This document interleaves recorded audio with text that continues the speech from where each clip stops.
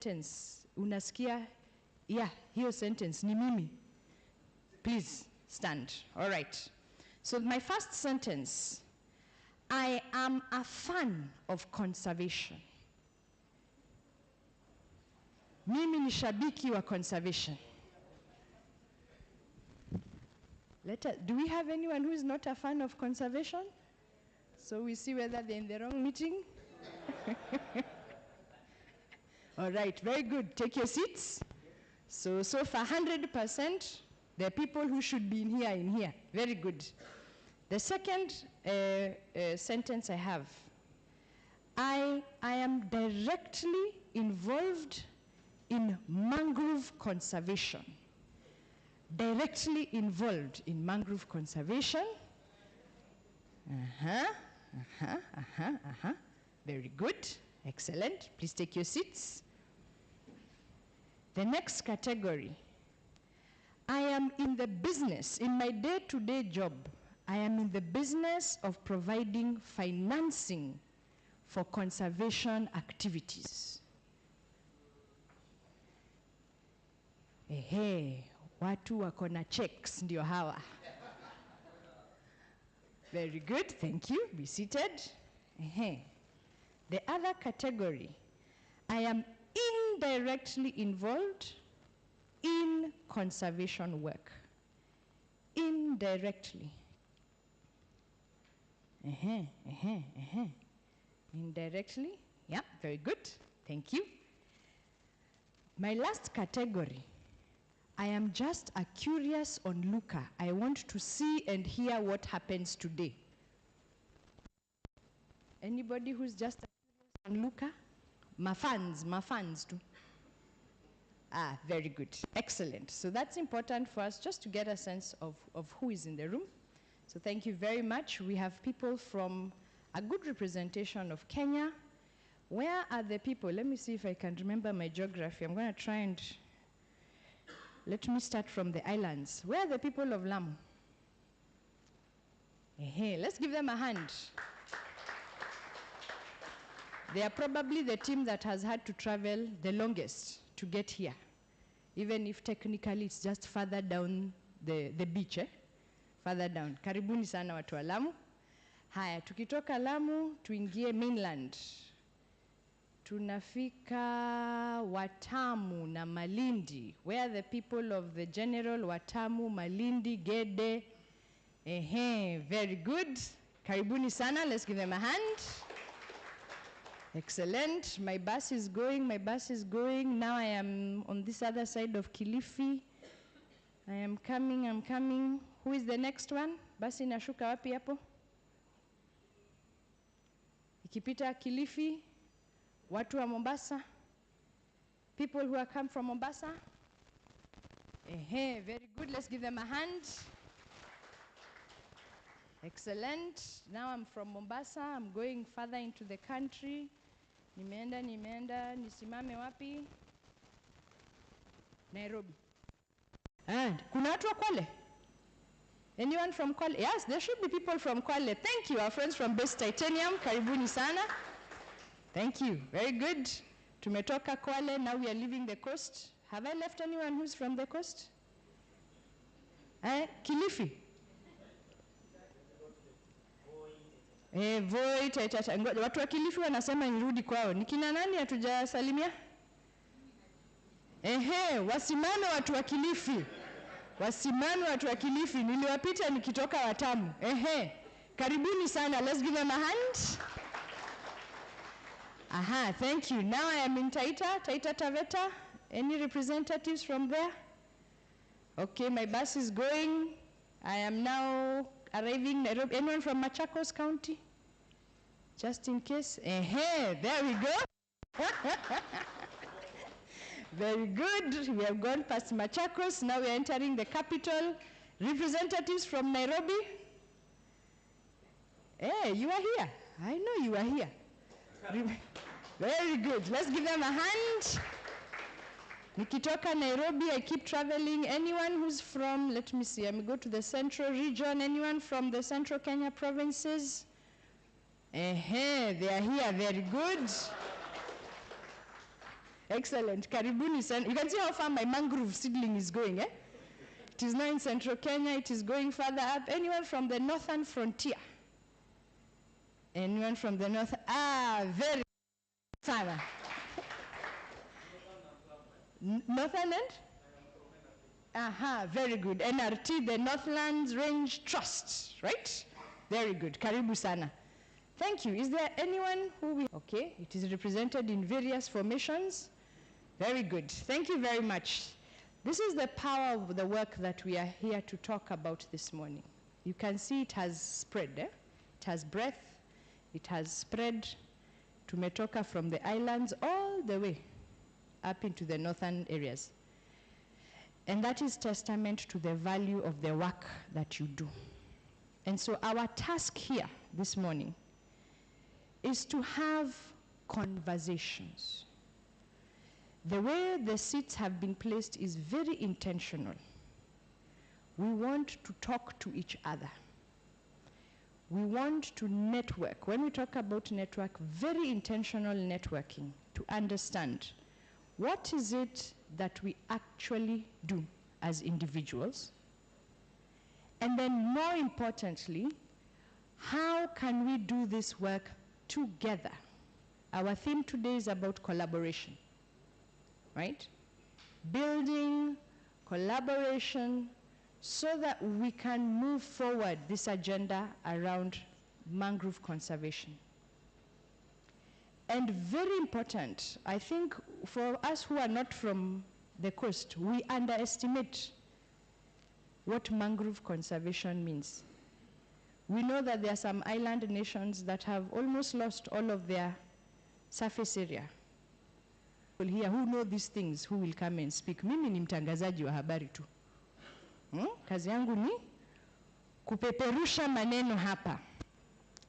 So we want to get started. What can we expect today? We have a lovely, very simple agenda. We're going to get started. We are going to be here until about 3 o'clock. We're going to get perspectives from WWF. We're also going to get perspectives from an organization called IUCN. To get perspective of what the ground looks like, and so they'll present a report to us, just to give us a sense of when we went to the ground, this is what we found. We'll have perspectives, then we'll have a panel at some point in the day, and I'll bring together a group of people who are doing work at various stages, again, to give us perspective. And for me, one of the most exciting parts of the day is when we get to actually interact with what that mangrove work looks like. If you look to the back of the room, we have 7 beautiful placements with a lot of very interesting work. The community groups that do the work on the ground have brought us evidence of the work that they do. So we'll also have a moment to go and have real conversations with them, just to hear their perspectives. Logistically, we're going to have breaks throughout the day, so we'll have a break at about 10:30, have some coffee, refresh ourselves, have a conversation, and I'll guide us on where we need to go for that. But to get us started, what is this conversation? Where does this story start? This story is part of a 4-year project. It's a 4-year project that's funded by Danida. Danida, as we know, is the development agency from the Royal Danish government. The project called the Triple Benefit Project, Land to Sea, with the emphasis at the moment in the southern swamp areas of Lamu and Watamu. This is the Kilifi, Watamu, that is the starting point. So it's part of a 4-year project. So we are part of something that is in continuity, and we are very excited to be part of this conversation. So to start and to give us context for this, I want to welcome Mr. Jackson Kiplagat. Jackson is the WWF Kenya Conservation Director, so he can get us started and give us a bit more context on today. Let's give him a hand.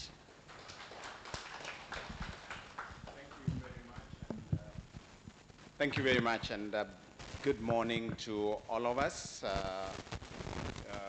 From WWF, indeed a great pleasure to have all of us here from different sectors. presenters, but maybe before I start, allow me to introduce the WWF team in the house. If you may stand, please.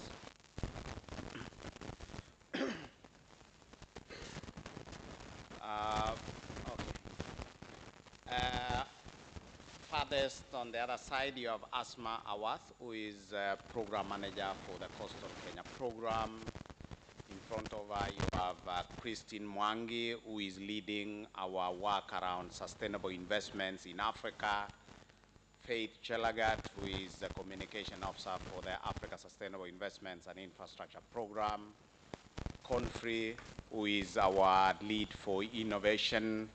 And then we have Anthony, who is responsible for our communications work at the Nairobi office.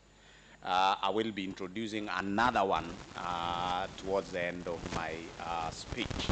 So, ladies and gentlemen, indeed, again, a great pleasure on behalf of our CEO to welcome you to this very important greenhouse session that is looking at or discussing collaborative approaches for financing sustainable mangrove conservation and alternative livelihoods for communities. As an organization, we have been here for the last 60 years doing a number of things. For the next 10-year period, 2020-2030, we are focusing on 6 major goals, 5 of which are conservation-focused goals, with one that looks at our capacity to be able to deliver. And today, this subject that we are going to discuss here as partners is in the core of our work. One of the goals, or rather the 5 goals, include one that focuses on thriving wildlife populations, which is our flagship, one of our flagship goals. The other one is thriving habitats. The mangrove ecosystem is such an important habitat for the marine environment and is therefore one of our important habitats that we invest in. Thirdly, we are also looking out towards ensuring that people benefit from the work that we do from all our goals. We also look at the consumption and production, because it is out of the consumption and production behaviors that we are facing these challenges we are trying to deal with on a daily basis. If you mention any environmental challenge, the world talks about a triple challenge of biodiversity loss, pollution, and climate change. And when you look at them closely, you realize that it is out of our human action that these challenges are actually confronting us on a daily basis. So as WWF, part of our goals is to green our footprint, the impact of humanity on nature.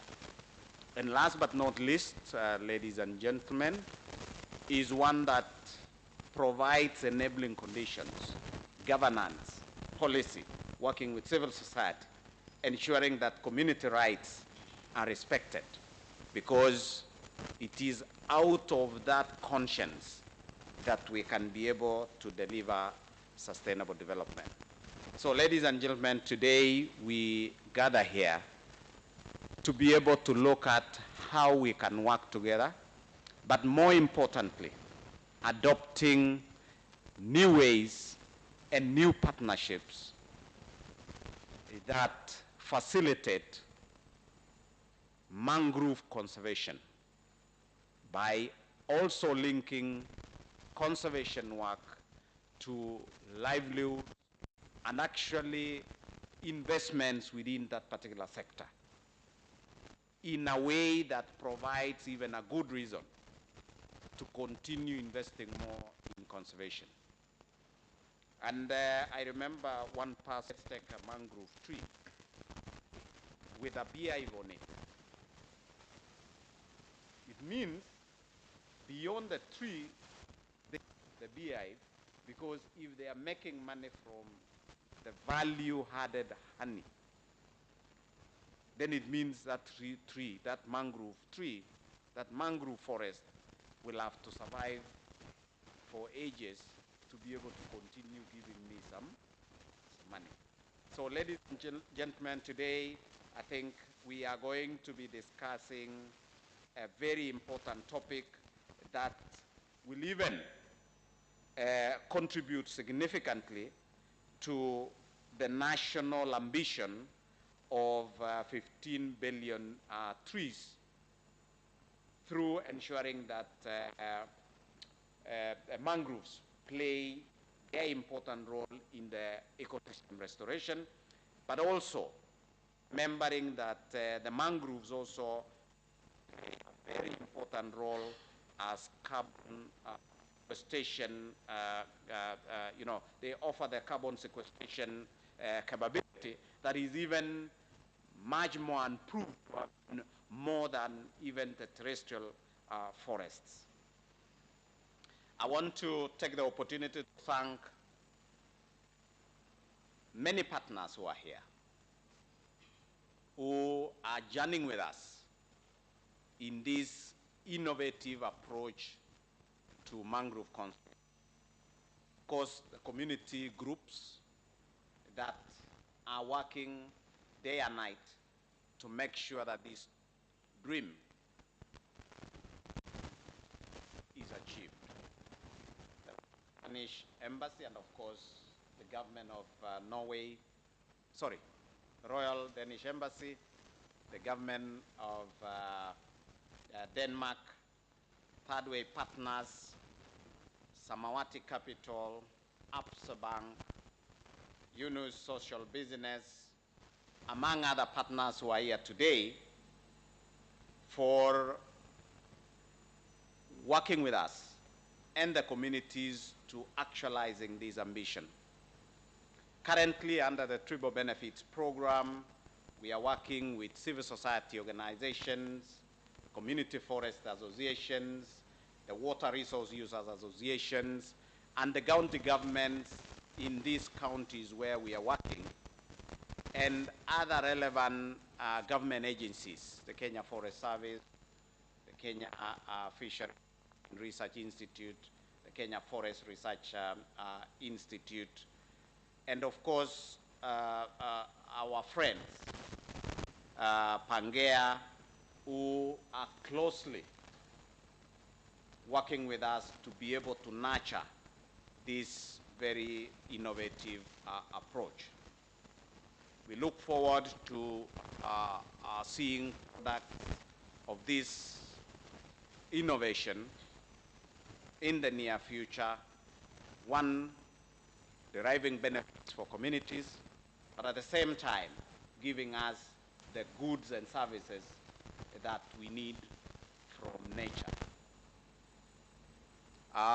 Towards the end of this day, we will get an opportunity to engage a little bit more on the innovation challenge.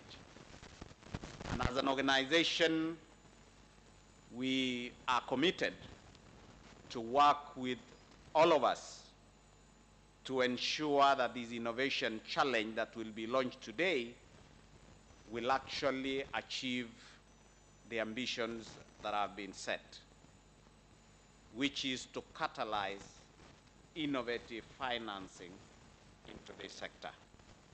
So with that, ladies and gentlemen, allow me to introduce my colleague, Arua, who remarks and introduce herself fully. Karibu sana.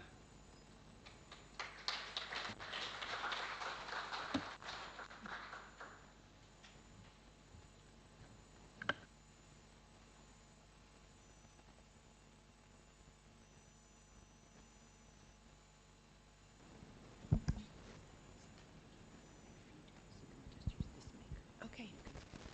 All right. Thank you. Thank you, Jackson, and thank you, ladies and gentlemen, for being here today. And thank you for having me.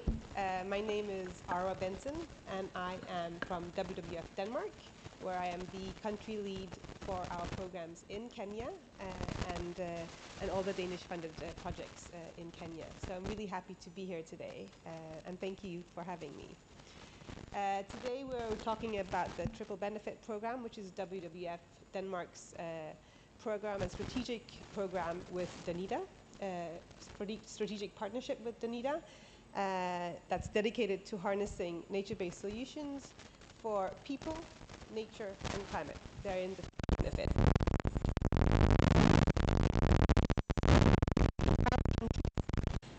One in Kenya, in Uganda, in Madagascar, in Myanmar, and in Nepal.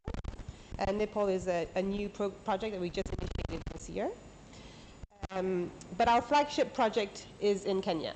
So this Triple Benefit Program in Kenya, the Land to Sea project, focuses on the biodiversity conservation, focuses on climate resilience, on socioeconomic development.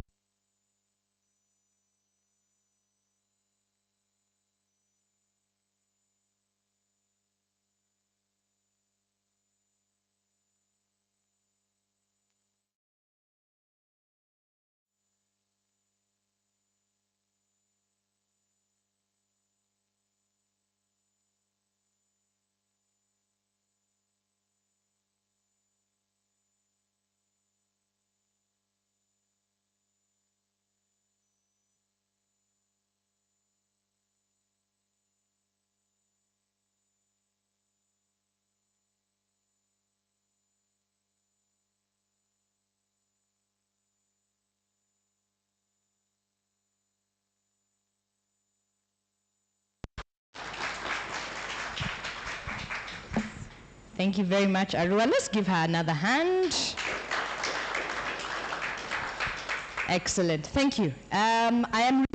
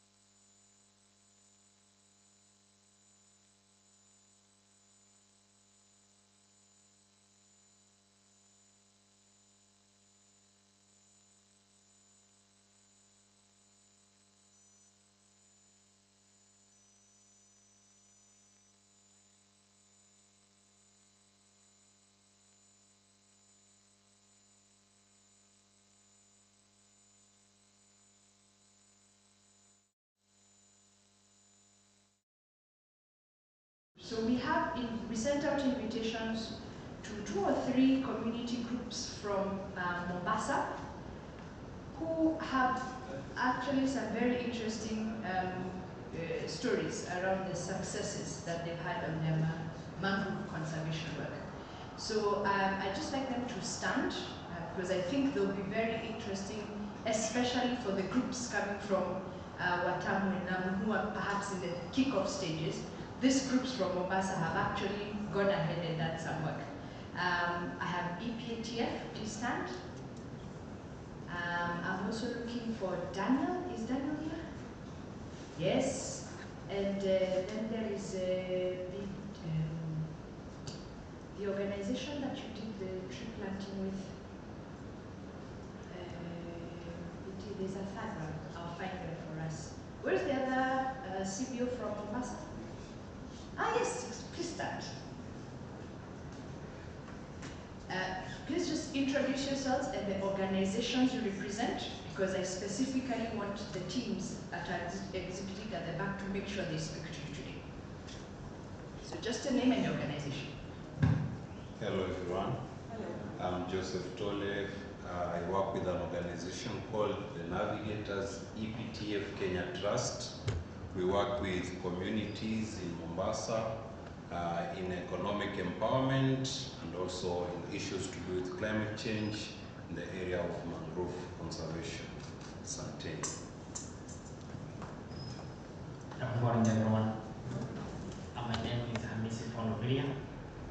I'm working with the Tujite Mikoko Self-Help Group in Mombasa, Bangladesh areas of Jovo sub-county.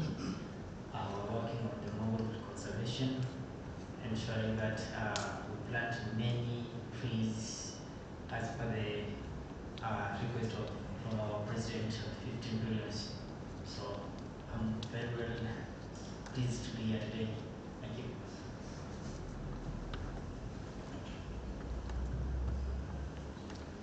Well, good morning to you all. Good morning to my mentor, Eva. It's a pleasure to see you here. My name is Daniel Maina. I work with an organization called Kisiwani Conservation Network. We actually conserve a marine plant called seagrass. Reason being, about 90% of the challenge of siltation that affects mangroves is as a result of loss of seagrass. We also deal with the biodegradable waste because why plant mangroves to deal with the problem of methane, carbon and nitrogen when we can prevent it in the first place, so that we preserve also the dignity of mangroves. They are not just there to sink our pollution and our dust. So we are based in Likon, sub-county. I believe it's in Mombasa because I'll have to cross the ferry to be there. It's a pleasure and big honor to be here. Good morning, I am Bosco John Juma. I'm an environmentalist and executive director of Big Ship organization. Big Ship promotes sustainable development projects by empowering community through environment. So for us, environment is facilitator of development. And in that, we are working in three major pillars. One, conserving marine conservation, which is mangrove, whereby for the last 14 years, we've been doing restoration of mangrove in a project known as Adopt a Site, where we map degraded forests and suitable areas of restoration. We partner with communities, and then we do restoration. After that, we support some sustainable projects within. That includes beekeeping, we promote some few ecotourism projects, and aquaculture project at the Adopt a Site. Two, we work in waste management, and there we have a project known as Yogurt Forest, on how we do cleanup, do circular economy, collect yogurt, and how it is facilitating restoration by being very good pots for seedlings. And also, we are honored to be here as we are partners of WWF and a project known as Waste to Value, whereby we are working with young people within the Mombasa County to collect plastics and also to ensure we remove it from the marine ecosystem. I'm very happy and pleased to be here. Thank you for inviting me.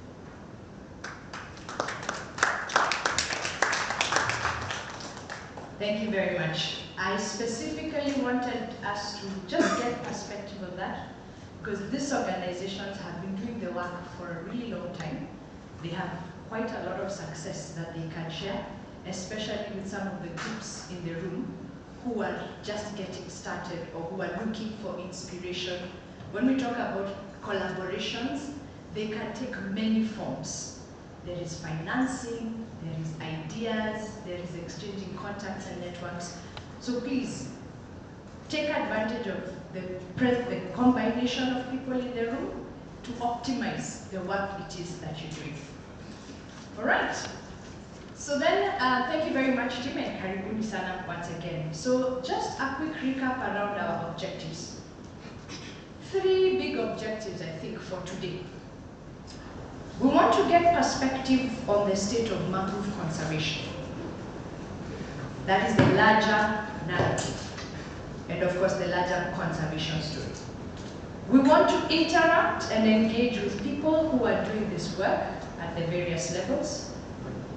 And most importantly, because that's where the collaborations will come from, we want to share ideas, very practical ideas, on how this conservation work can be sustained. Very practical ideas on how this work can be sustained. So that is just to give us some frames for which, when we are listening to the speakers, when we are speaking to each other, just some frames for the conversation. So now, the first objective I said was to get perspective on the state of conservation and mangrove conservation. And the person to give us this perspective is coming from IUCN. So want to invite to the stage our representative from IUCN.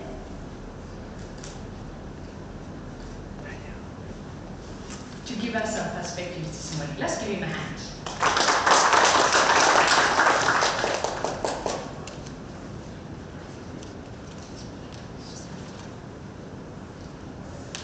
Yes, so thank you and good morning everyone. So I'll just take like the next 10 minutes or so to just highlight a few perspectives on mangroves, but also touching on nature-based solutions, because that's why maybe we are here, but then looking at the interplay.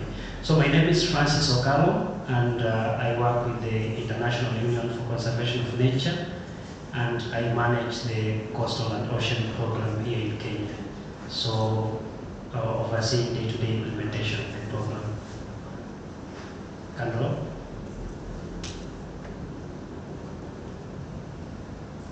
Yes, so my brief talk will just based on 3 important documents. I can direct you to these good documents after this. I will share with the team. So one is on the state of mangroves in the world. That is a report that was produced last year, a partnership by the Global Mangrove Alliance. So this was started by 5 major NGOs, WWF, TNC, IUCN, Wetlands International, and Conservation International. But then we also have a number of partners and also other NGOs that came on board. So it's a big alliance. Then the next one is the state of mangroves in the Western Indian Ocean, where we live, also 2022, still under the same alliance. But now in the WIO, we also partnered with the Western Indian Ocean Mangrove Network. And then I'll just go into details about the IUCN global standards on NBS, because when you talk about NBS, what is it, what does it entail? So we'll just briefly look at it. And as we talk, maybe you can just ask yourself whether what you're doing is an NBS or not. So what's the value of mangrove ecosystem? I know probably I've heard some of the people have come from terrestrial, but I'm sure when you are coming to a mangrove event, you at least had to read something about mangrove. So I'll not dwell.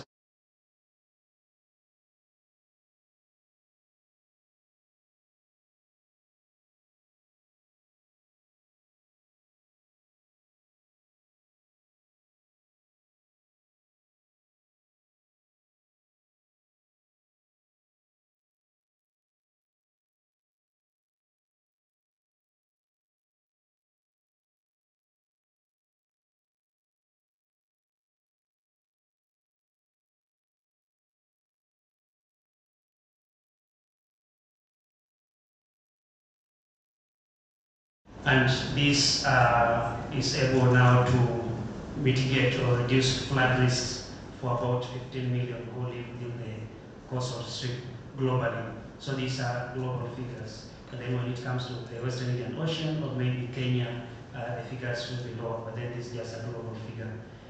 And then they are the most efficient carbon sequesters and per year. So when you look at global figures, mangroves have a capability of sequestering 21 billion tons of CO2 equivalent. So a major player when it comes to climate action.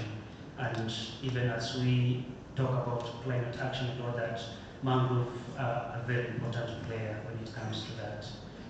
Then in terms of biodiversity, so not just habitat, but also nursery ground for more than 3,000. So 3,000 is just a base figure, but it's more than 3,000 fish species and also wildlife. And when you translate this to livelihood, we see mangroves alone support almost 120 million livelihoods, either directly or indirectly. So a very important ecosystem to protect, conserve, and better manage. So the picture there just says a lot about the 15 million people being protected every year. So once you destroy, you jeopardize that ecosystem service, and we will be at a risk of flooding and also cyclones. So more on the values, just on the pictures, but they all cut across the values of mangroves, both use and non-use. So for the use, the timber, fishing, ecotourism, honey production, traditional medicine, some are shrines and all that, so there are many. And then we have non-use, carbon storage, habitat, nutrient cycling, coastal protection, tidal flood control. So we find that they are very critical in our day-to-day lives. So whether you live at the coast or not, mangroves will still play an important part of your life. Because when you look at all this, I think you can relate to your daily living. I'm sure there are some honey there that's a product of mangrove. They are in our shelves all over the country, as I think so. In terms of carbon and climate action, this is what affects everyone, regardless of where you are living. Timber, fuel, source of wood fuel, and all that. We all love fish, so probably the fish that you eat without mangrove, then you would not have got that fish. You would have gone to Lake Victoria. But now that everyone loves marine fish, that's why mangroves are here. So this is just a figure talking more about the value. This is a report that was produced last year by a project that was being implemented by IUCN, WWF, and Wetlands International in partnership with the countries and also the regional network. But then we commissioned a study that just looked at the ecosystem evaluation of mangroves in terms of tourism, biodiversity, coastal protection, and all that. But the figure here just talks about the total value per country. So when you zoom into Kenya, for example, and this is per hectare, that's 35.8 million USD per hectare per year. So those are the figures in total value. When you look at Madagascar, Tanzania, and Mozambique, different figures based on the extent, of course. Mozambique and Madagascar have almost more than 70% of the mangroves in the region. So the value would be big. Then Kenya, just a breakdown of what the should be 35, sorry, 35 or 85, what it entails, but then it's broken down into the different use. But we can see carbon sequestration comes in with a bigger percentage. So the climate action component of mangrove is very critical. But then wood comes in second. We all agree that wood, in terms of wood fuel and also timber for construction, is a very important use value for mangroves. And that's why we have to keep, we have to work towards conservation management, sustainable use, because when you look at historical, most of the houses, for example, in Lamu, when you look at the ceiling, that's all mangrove. So very critical. But then those are just other values.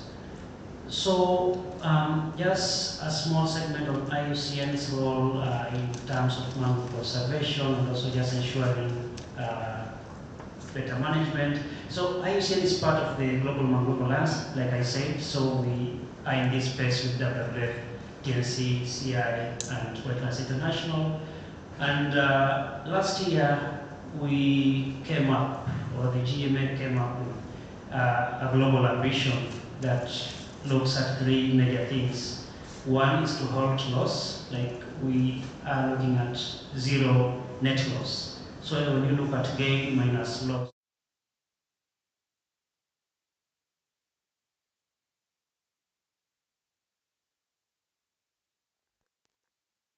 squared of mangroves globally. And then another component is restore at least half. Not everything that has been degraded can be restored, but then the figure here, 4,000, almost 4,000 square kilometers, is based on scientific information on the restoration potential of what has been degraded. Of course, we can go more than that, but then this is just based on the science that was done. So it's not like an exact figure. It can be plus or minus, but it's scientifically proven. And then on the protection, that's also critical. At least double protection, and I'm happy now in Kenya with the rangers, for example. That's just one aspect of doubling protection. For example, with the new rangers being recruited, some might be coming to the mangrove area, but then the different partners also just come in with community patrol scouts and all that. And then, so this is meant to secure more than 62 square kilometers to be under some form of protection or conservation measures. So when we do this, next, I just move. So when we do this, for the first objective, we are avoiding, that's 0.028 gigatons of CO2 equivalent emissions. And then in terms of livelihood, securing almost 800 million worth of commercially important fish and shellfish by just halting loss. Then the second one, so when we restore at least half, so we are avoiding further emissions, and also we are enhancing habitat for many fish species, most of which are commercially important.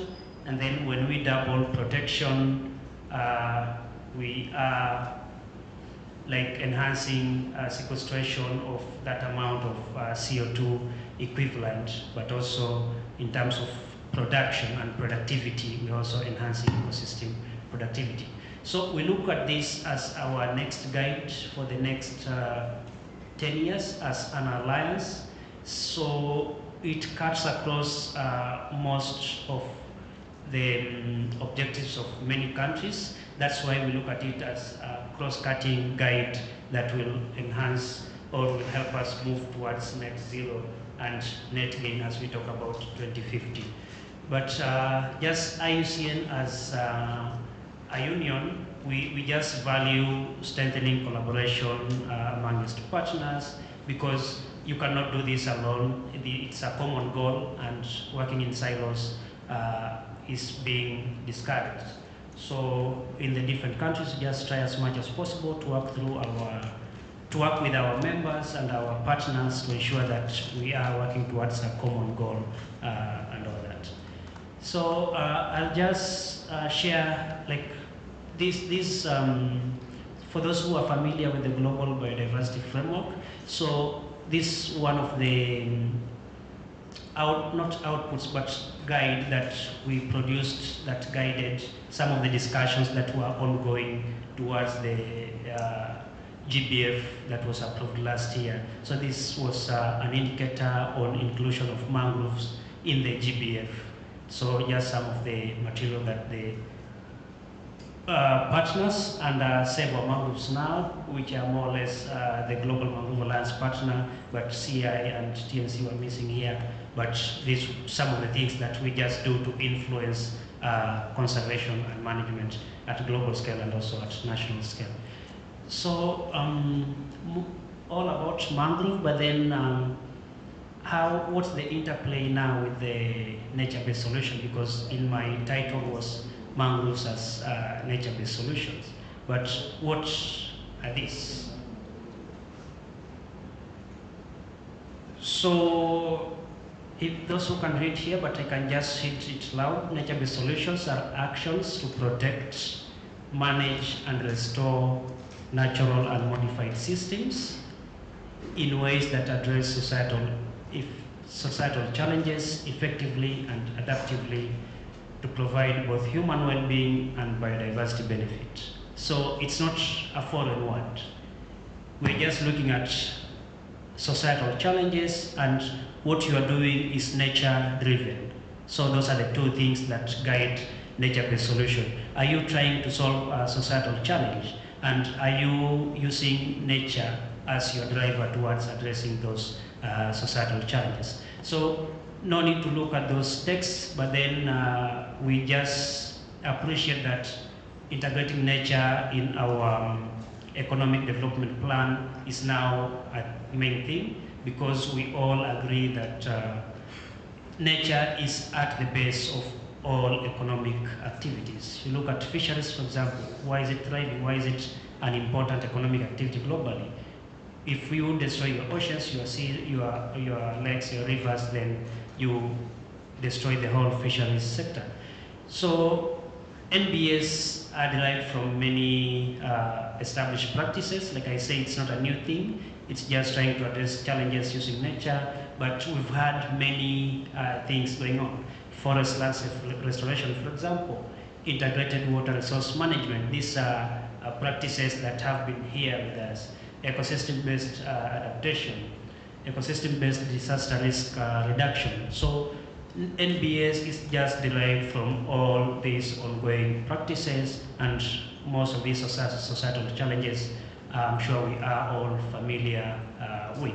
So I'll just base the next almost 4 slides on the NBS standards that has been developed by IUCN, and this is just to guide practices and also like a check whether what you're doing is linked to NBS or is something else that you're doing. So the NBS standard is a standard that has been developed, like I say, just to guide the practices, and it has 8 main criteria. Don't mind about the text here, but just be looking at the criteria itself. So criteria 1 is all about addressing societal challenges. So whatever you're doing, and like I said, as we go through the next 5 slides, just ask yourself, I see Dixon here. So what the bus is doing, is it an NBS? I see Bosco here, is it an NBS? So always just ask yourself. So, for example, Bosco, are you addressing any societal challenge? So I just know the 2 of you offered. So I'll keep coming back to you. So what challenge is there that necessitated the establishment of Big Ship, and then what you're doing? So maybe you can answer that silently, or if you have a mic, or if you can stand up and just speak it loud. I know you have a big voice. Yes, one main is the urban resilience, urban household resilience, which is basically economic. Others is, I think my voice was already there. I want you to speak. Oh yes. One purpose of us engaging in restoration as NBS, and where is it linking? One is in the household resilience, because you find that most of the people in the adjacent forest communities, in the peri-urban aspects of Mombasa, are relying on that forest, one, for fuel, others are going there for fishing, others are going in there because they want to harvest crabs, but all these are linked to the mangrove. But what they get it, one, is because they want resources for their households. 2 is because of food, ecosystem services that they are getting from it. The mangroves of Mombasa by 2009, 80% were degraded. It means the fishing activities are dwindled, especially crabs. So our restoration is effectively increasing the crab, abundance of crab, and we are seeing crab hunters coming back to that ecosystem. So it means the food nutritive part of it is already being brought up as an NBS. Lastly, also tourism. If you want to go for boardwalk, you have to go to Kilifi. But Mombasa, you know, as more touristic targets who are looking at the beach as an opportunity. So we believe by bringing back the mangrove to its original form, it has the aesthetic value to bring people to now see and increase more of the income. Okay, thank you very much. So we can see the underlying problems that you are trying to solve through nature. So the most pressing, we've heard about food there, we've heard about the ecological integrity over there, and so all these are addressed, are documented very well, and are understood as you even progress with your activities. So the next criteria is scale, because with nature, scale is very important. You can't be doing something within 1 hectare and then saying, okay, I'm doing something, because we know you can be doing that, but then whatever lies next to you is so degraded in that we just doing plus minus. Like I said, we're trying to go towards net zero. So with net zero, you have to ensure that even whatever surrounds is being well managed. And that's why I said NBS is derived from existing practices. For example, when you talk about watershed management, you look at the whole system holistically in totality. So an NBS design recognizes and responds to interaction between economy, society, and ecosystems. For example, now that, for example, if you're doing mangrove restoration conservation, are you trying linking that with seagrass, with coral, for example, if that at all is within your area? So that connectivity, that holistic approach adds more meat towards what you are doing. Then there are also other complementary interactions that you also need to look at when you are as well implementing your NBS. So scale is very important. We know that even with restoration, your fish cannot be limited to 1 hectare, but they'll be moving all around. So you have to ensure that whatever you are doing has to be holistically. Then the third criteria is net gain to biodiversity and ecosystem integrity. So someone here is doing beekeeping, right? Yes. Yes. Can you tell us how this is linked to net gain to biodiversity and ecosystem integrity? Now that we are talking about what you're doing, if it's an NBS or not.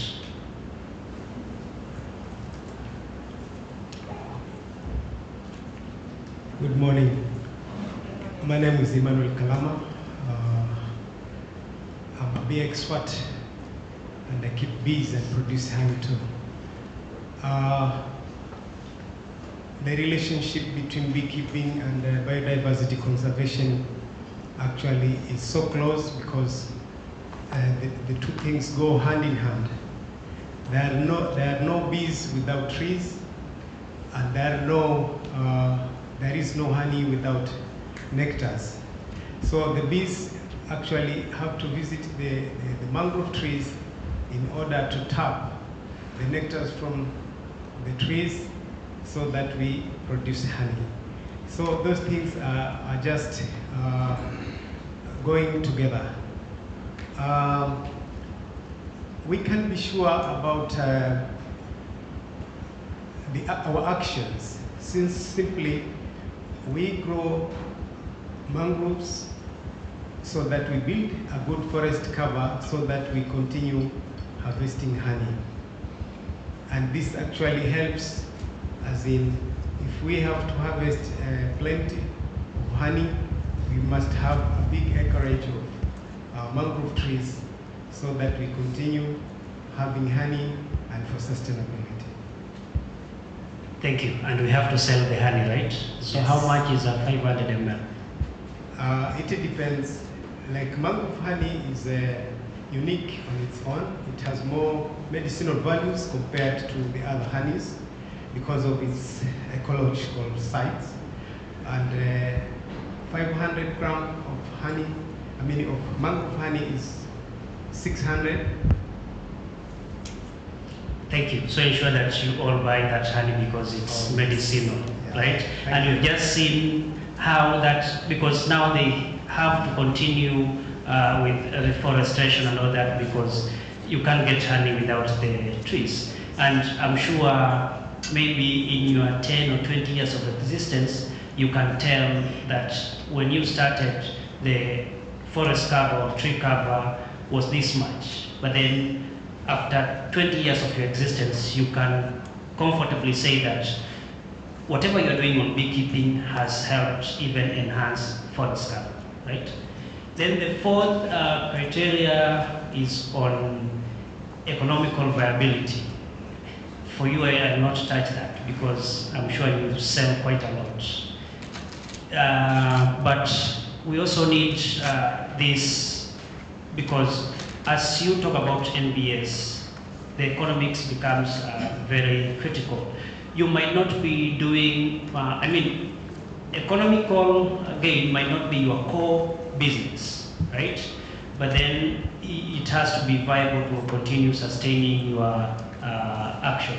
So I'll not go into much details about that, but then for your action to be effective, we all know that you need something to sustain that. That's why probably I would comfortably talk about Dixon. They just started with reforestation, but then integration of an income generating activity came in. Probably that was the case with beekeeping. It started like, let's conserve mangroves, but then beyond conservation, we need an income generating activity as well.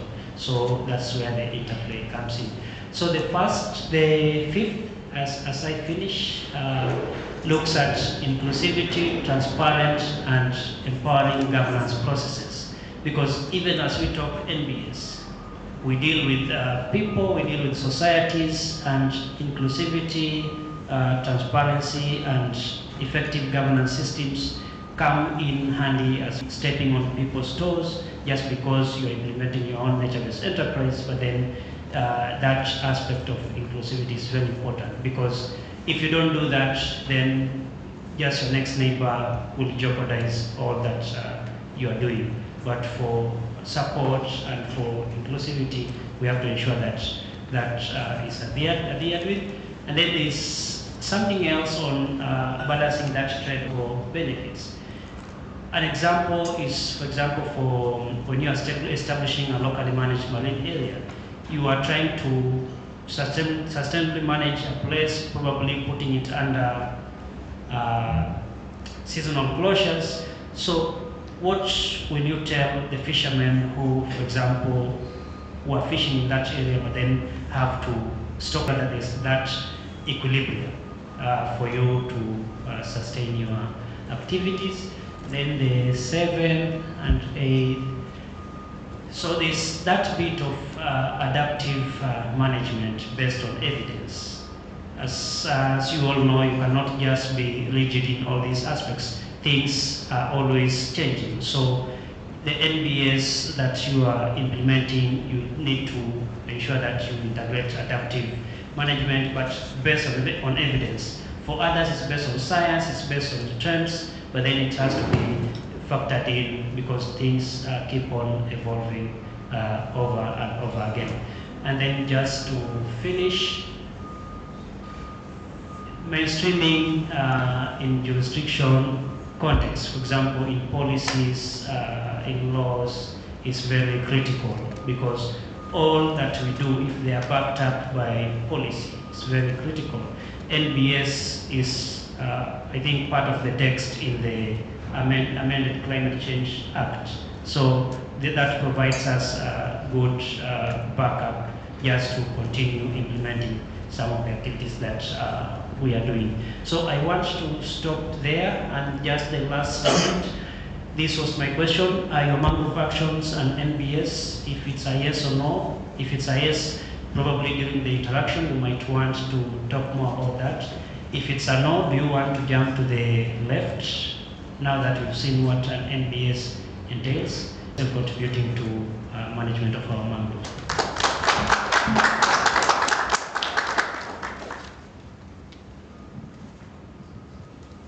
Thank you very much, Francis. That is a gentleman who knows his job. Very clear. Very good. And thank you very much for bringing us into the conversation around nature-based solutions.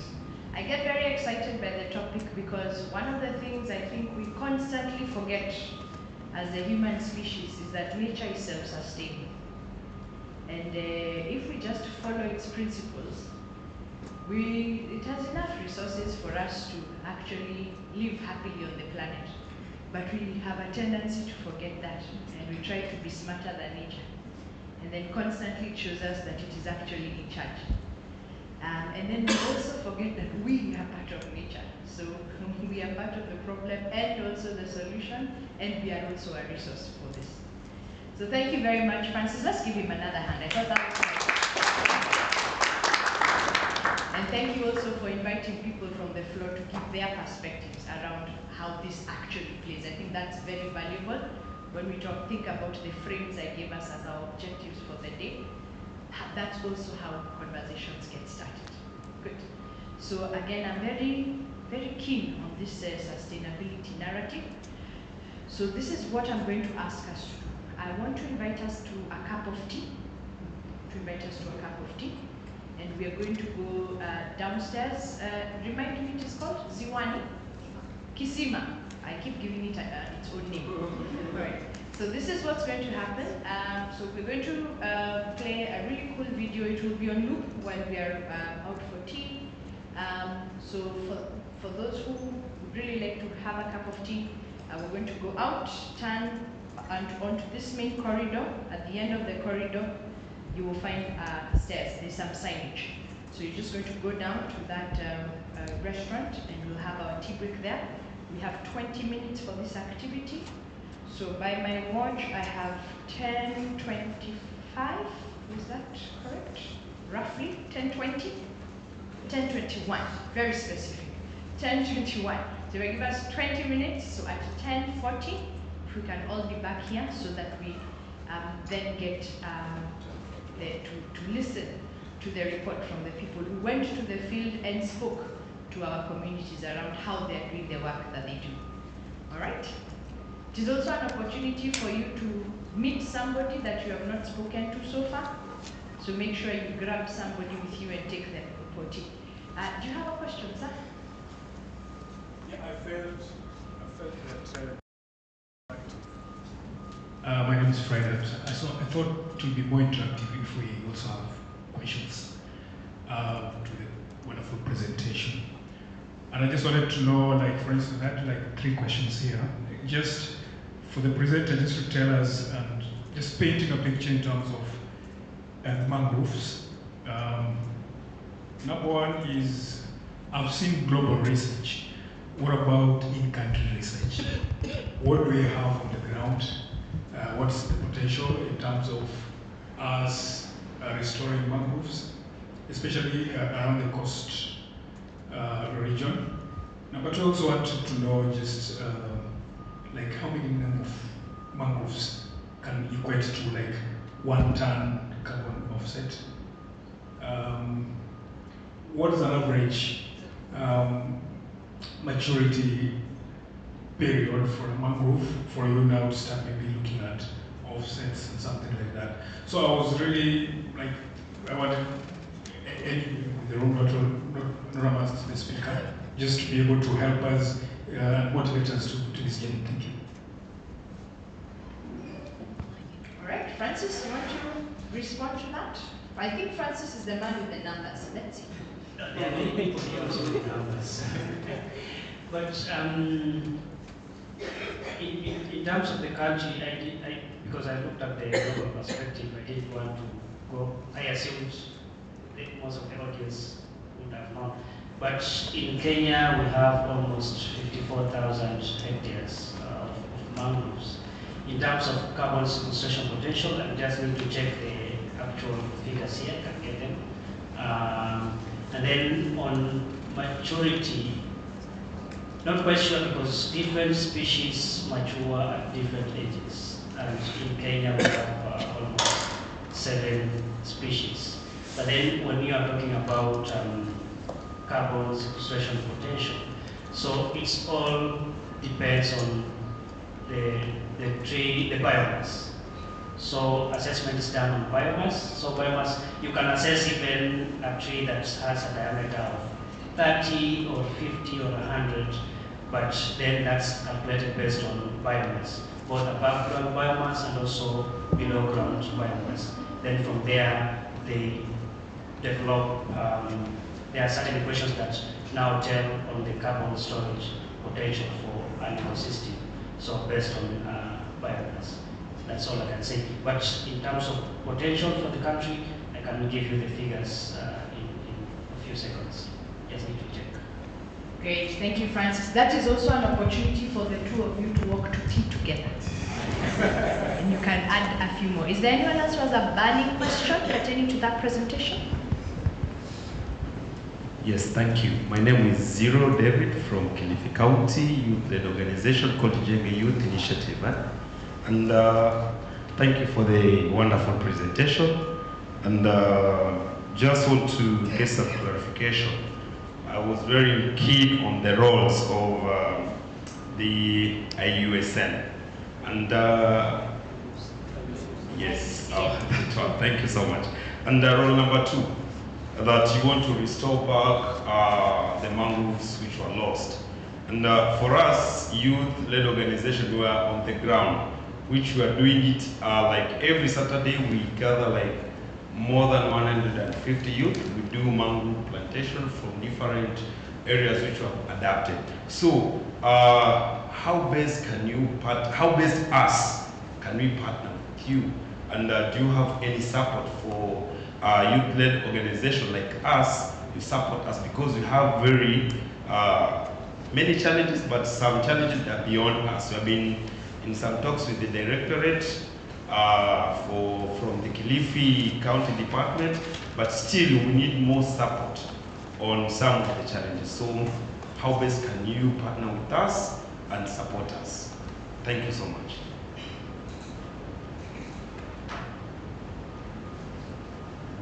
Okay, thank you. So for the 3 key objectives, so this, like I said, they are what drive our actions as the Global Mangrove Alliance, which I say is part of and WWF as well. So within the country, we work closely with KFS, but then at county level, we've managed to establish the county mangrove management committees. So we mostly now work through them at county level, and I'm sure that's like an umbrella for all mangrove stakeholders in the country. So that's like our entry point in the counties, and now from there, the counties do mobilize all actors and bring them on board as a unit. So we realize that that will be the best way to approach the counties rather than individuals, because Kenya Forest Service, as the secretariat of the county management committees, they are best placed to know who is where, who is working where, and doing what, and bring them to that platform now positions us to work better with everyone. All right, thank you, Francis. We have somebody on this end who got very inspired by your question, and they have a statement for you.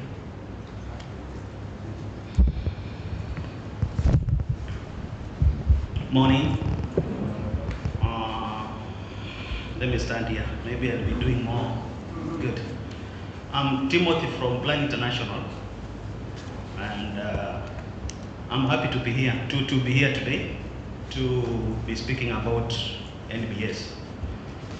Just to answer that, what my brother just asked there, Plan International is actually having a 3-year project. It's a new project funded by Global Affairs Canada, 2023-2026. It's a huge project, and we're looking for partnership. We're looking to work with women-led organizations. We're looking to work with youth organizations. We're targeting 65 conservation groups in Kwale, Kilifi, and some parts in Tanzania. We've done our launch. We did our launch in July. Our main launch in September. And maybe you need to see me. I'm based in Kilifi office. We're looking forward to doing nature-based conservation. I believe, like we say, nature is self-sustaining. The biggest challenge, the biggest problem actually is the human being in nature. So, as much as we're doing restoration, actually NBS is more than just doing restoration. It goes beyond just planting mangroves. And that is where Plan International is focusing. We want to do nature-based solutions, mangroves, seaweed, farming, focusing on women and youth conservation groups. We want to build the agency. Apart from restoration, the NBS, we want to build the agents of this species called a human being. We want to build governance structures, working with these youth groups and influencing on governance and agency. And so, at some point, like you said, we will be working with these groups in these 2 counties. And I'm happy to say that we'll have, so far we're working on our PIP, the comments from our donor. Actually, probably next week we'll be doing a criteria for recruiting the groups. And going forward, rollout. Part of our intervention is to have a seed grant for these groups. So let's keep talking. We believe in working well together. Plan International alone can't do it. WWF on its own cannot do it. We need to come together, talk, collaborate, so that at the end of the day, our impact is not duplicated, our impact is felt. The same community, if you're doing a water project, maybe a water tank, let me come in and do this so that we synergize our effort to actually amplify our impact in terms of NBS and conservation effort. Thank you. Great, thank you, Timothy. So an opportunity to walk to tea together. I saw Arua also take out her notebook immediately. An opportunity to have tea as a team of 3 and more. All right, thank you very much. This is wonderful. Conversations that will help us move our initiatives forward, and they start that way. So if you're seated there and somebody makes a comment and you feel inspired to tell us how you can very quickly work together, just grab me and I'll bring the mic to you. All right, everybody, 10:30, let's go have tea. 20 minutes, so 10:50, 10 minutes to 11, we will begin. Enjoy your tea time conversations.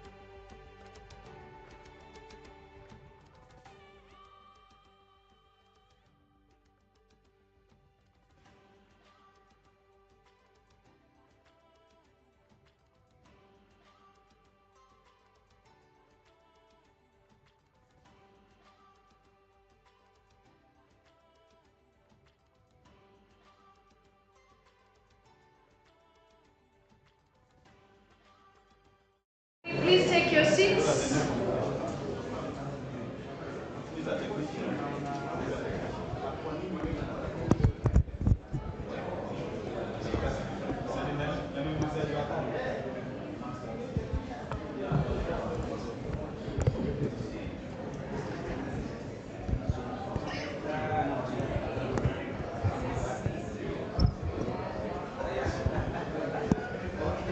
Welcome back, everybody. Ernest, I'm going to request that you release the team that is listening to the bamboo story. Bring them forward.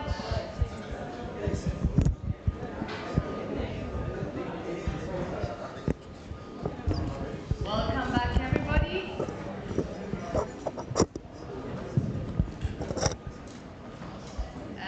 For sustainability, they had turned off the AC when we were out. We'll ask them to turn it back on now that we are back. So don't worry about that.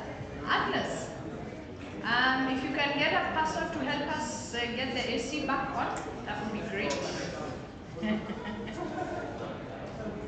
The tea has changed the metabolism, so now we are feeling warmer. All right. Welcome back to part 2. Welcome back to part 2. I'm waiting for all the people at the back of the room to join us up front.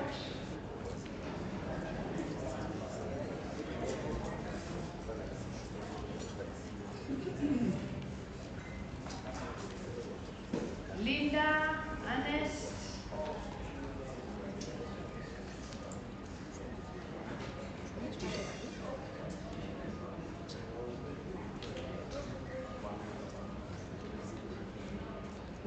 Which ones are working? Is it the ones at the top or the ones at the bottom? The bottom. The bottom are the ones that are working. Haya, wape upepo kidogo hapo.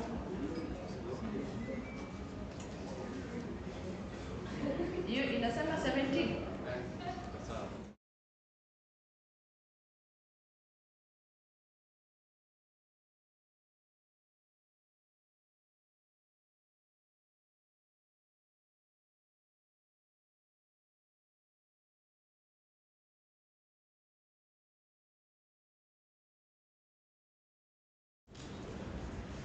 And the way I want to kick us off, I hope everybody had some really good conversations over tea, and that these conversations are just the start. So I now want us to give us even more material for our next conversation. I want to invite the other partners of this project, our friends from Pangea.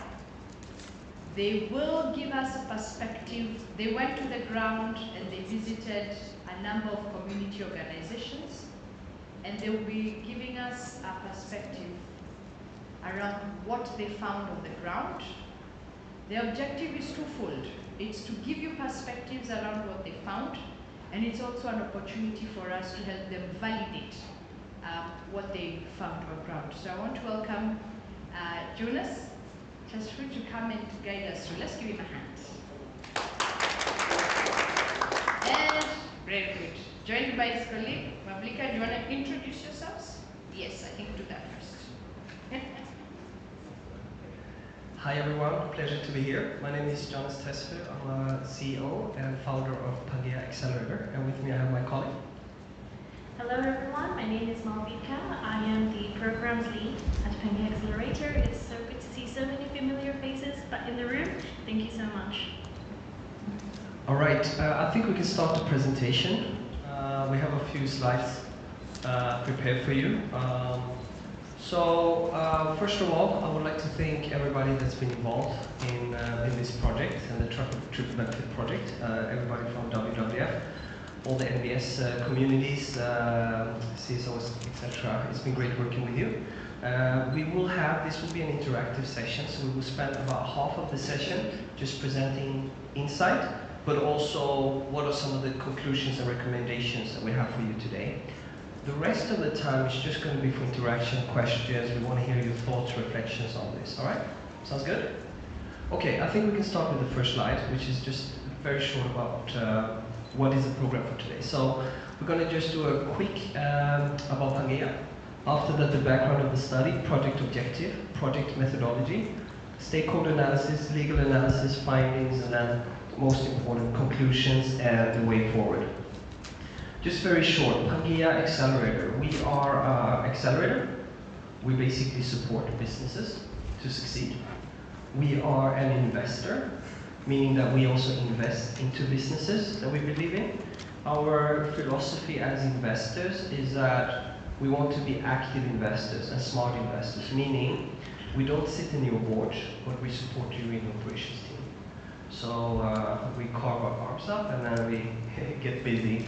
Lastly is what's called venture building. So as you probably know, there's a lot of opportunities and problems on the market. We also develop new businesses all the time. And I think there's a huge opportunity specifically within this area. If we move to the next, just very short, but so far we have supported our startups to raise over $50 million. We worked with over 300 startups and about 42% that are women. We have also done programs specifically on blue economy. Here we have about $2.5 million that have been invested to these startups. Yes, with that said, I will now hand over to Malvika to go through some of the findings. Thank you so much, Jonas. So what I am going to do is just take you very quickly through what we were doing, why did we do this study, what is going to be the purpose of the study, how are we going to use this data that we have collected. So, as has been mentioned earlier several times, this study falls within the triple benefit project, specifically outcome number 3, which is private and public sector stakeholders have an increased understanding of the value of NBS, and thus we have increased financing. Those are the key words that guided us as we started on this study. So, this study was conducted in 2 sites. We have the Nida Creek in Kilifi County, and then we have the Southern Swamp in the Lamu County. So the objectives of the study, and this is a very high level objective of the study, number 1, we wanted to do a stakeholder mapping. So a stakeholder mapping identified who are the relevant players, and this can include from organizations working on the ground, the governmental agencies, finance and private sector partners. There's a role for everyone to play within this ecosystem. Apart from that, we also tried to evaluate what are some of the current legal and policy placements we have that affect mangrove conservation, preservation, and also use.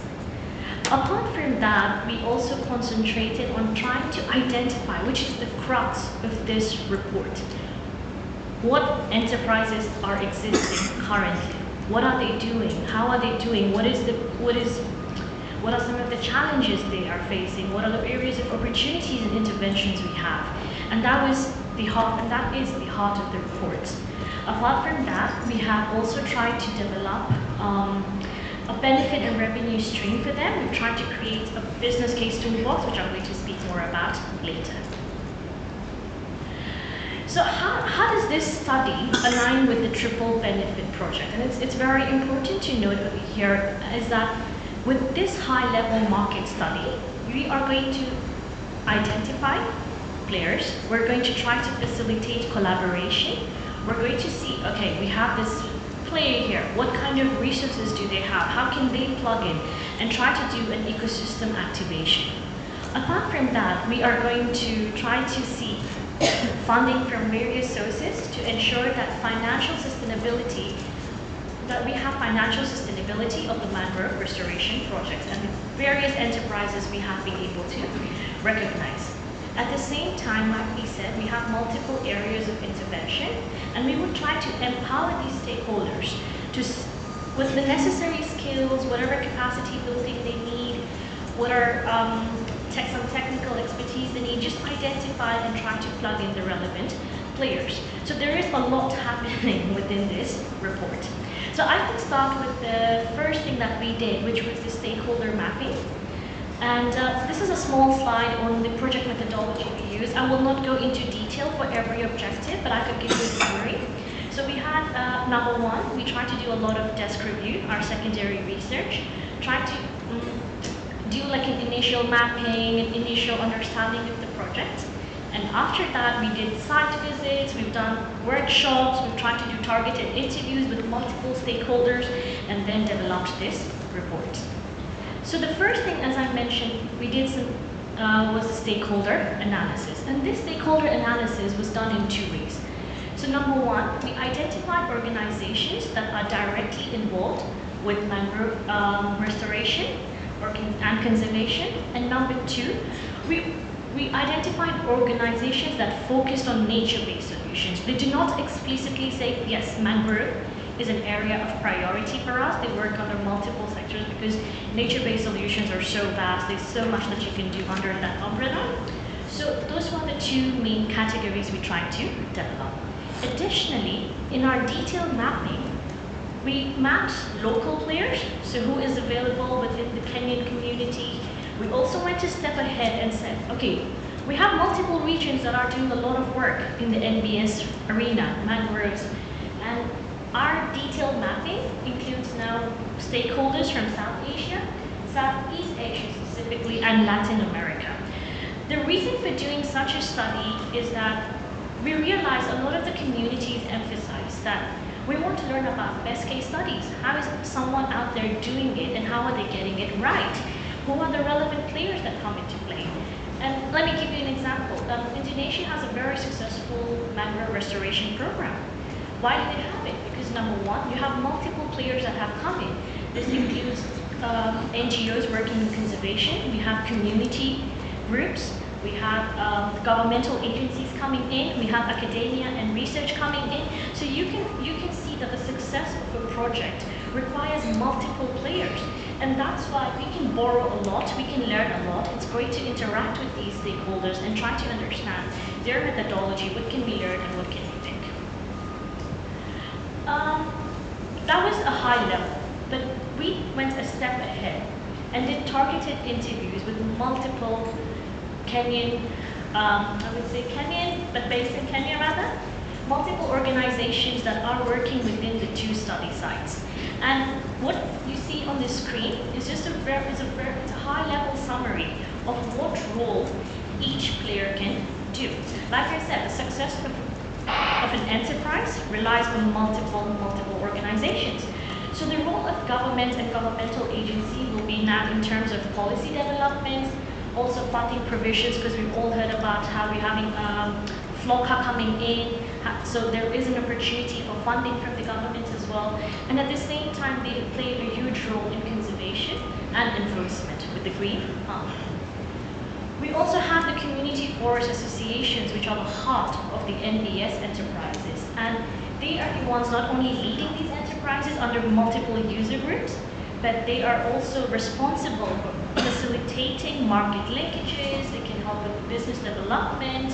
There is a lot they can do. We also have CBOs, and we have 2 prominent CBOs in the 2 study sites. And their role can include community mobilization and empowerment, advocacy, and youth engagement. We realize that the advocacy for mangrove conservation and alternative livelihoods is very high. But at the same time, there is a lot that needs to be done in terms of informing the communities. And this is where the CBOs can come in. And I can give you an example. Maybe this is me jumping the gun, but you'll hear more from Jonas, and he came up with a solution, and we tried to validate the solution with the communities. And most of them said that no, legal is not a challenge for us, the legal arena. And when we were on the ground, we still had, yes, the PFMPs have been developed, but there's still a lot of work when it comes to now the user group guidelines. When you come up with the product and you try to go to the market with that product, you have so many regulations that come into place. Your KEDS licenses, your licenses from multiple agencies and the likes. So this is where even the CBOs can come in when it comes to sensitization and advocacy. We also have NGOs, and just a caveat, this list is not exhaustive. There are multiple players who have been working with the communities in developing the PFMPs, but this is just the ones we have been able to interact with. But these NGOs play a huge role when it comes to conservation. We all have heard about the restoration activities that have been going on. They are very good at communicating with the community communities, they have a good foothold over there, they're able to understand what the needs of the community are, they have been able to empower youth and women, and at the same time, they can play a huge role when it comes to now capacity building for these enterprises. We also have academia and research institutions.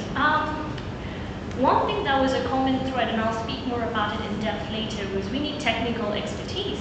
We want to do crab farming, we want to do aquaculture, but we do not have the technical expertise.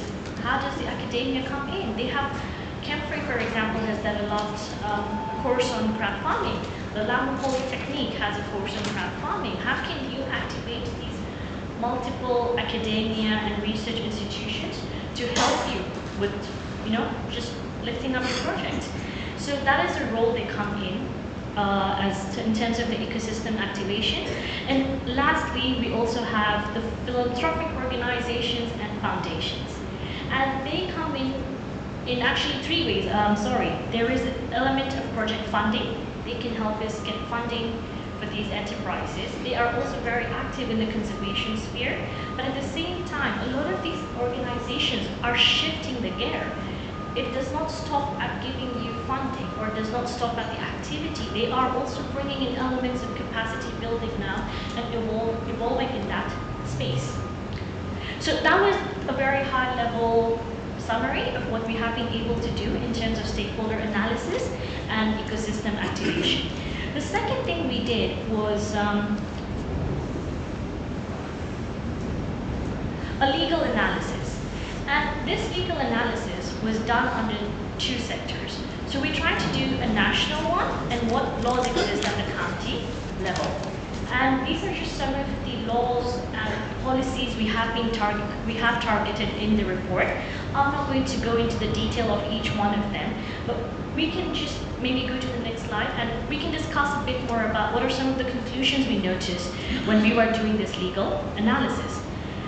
The first thing we noticed that when you talk about mangroves, they are very indirectly addressed in the Kenyan laws, apart from the mangrove plan we have. These are indirectly referred, there's no clear demarcation of what consists as a mangrove. Are we going to have any specific policies, or even that in our current laws, we do not have the application of mangroves. What are their current needs? How different are they from the terrestrial forest? Secondly, there are a lot of acts that need amendment or rather clarification. And for example, the Wildlife Act. How does the Wildlife Act apply to mangrove?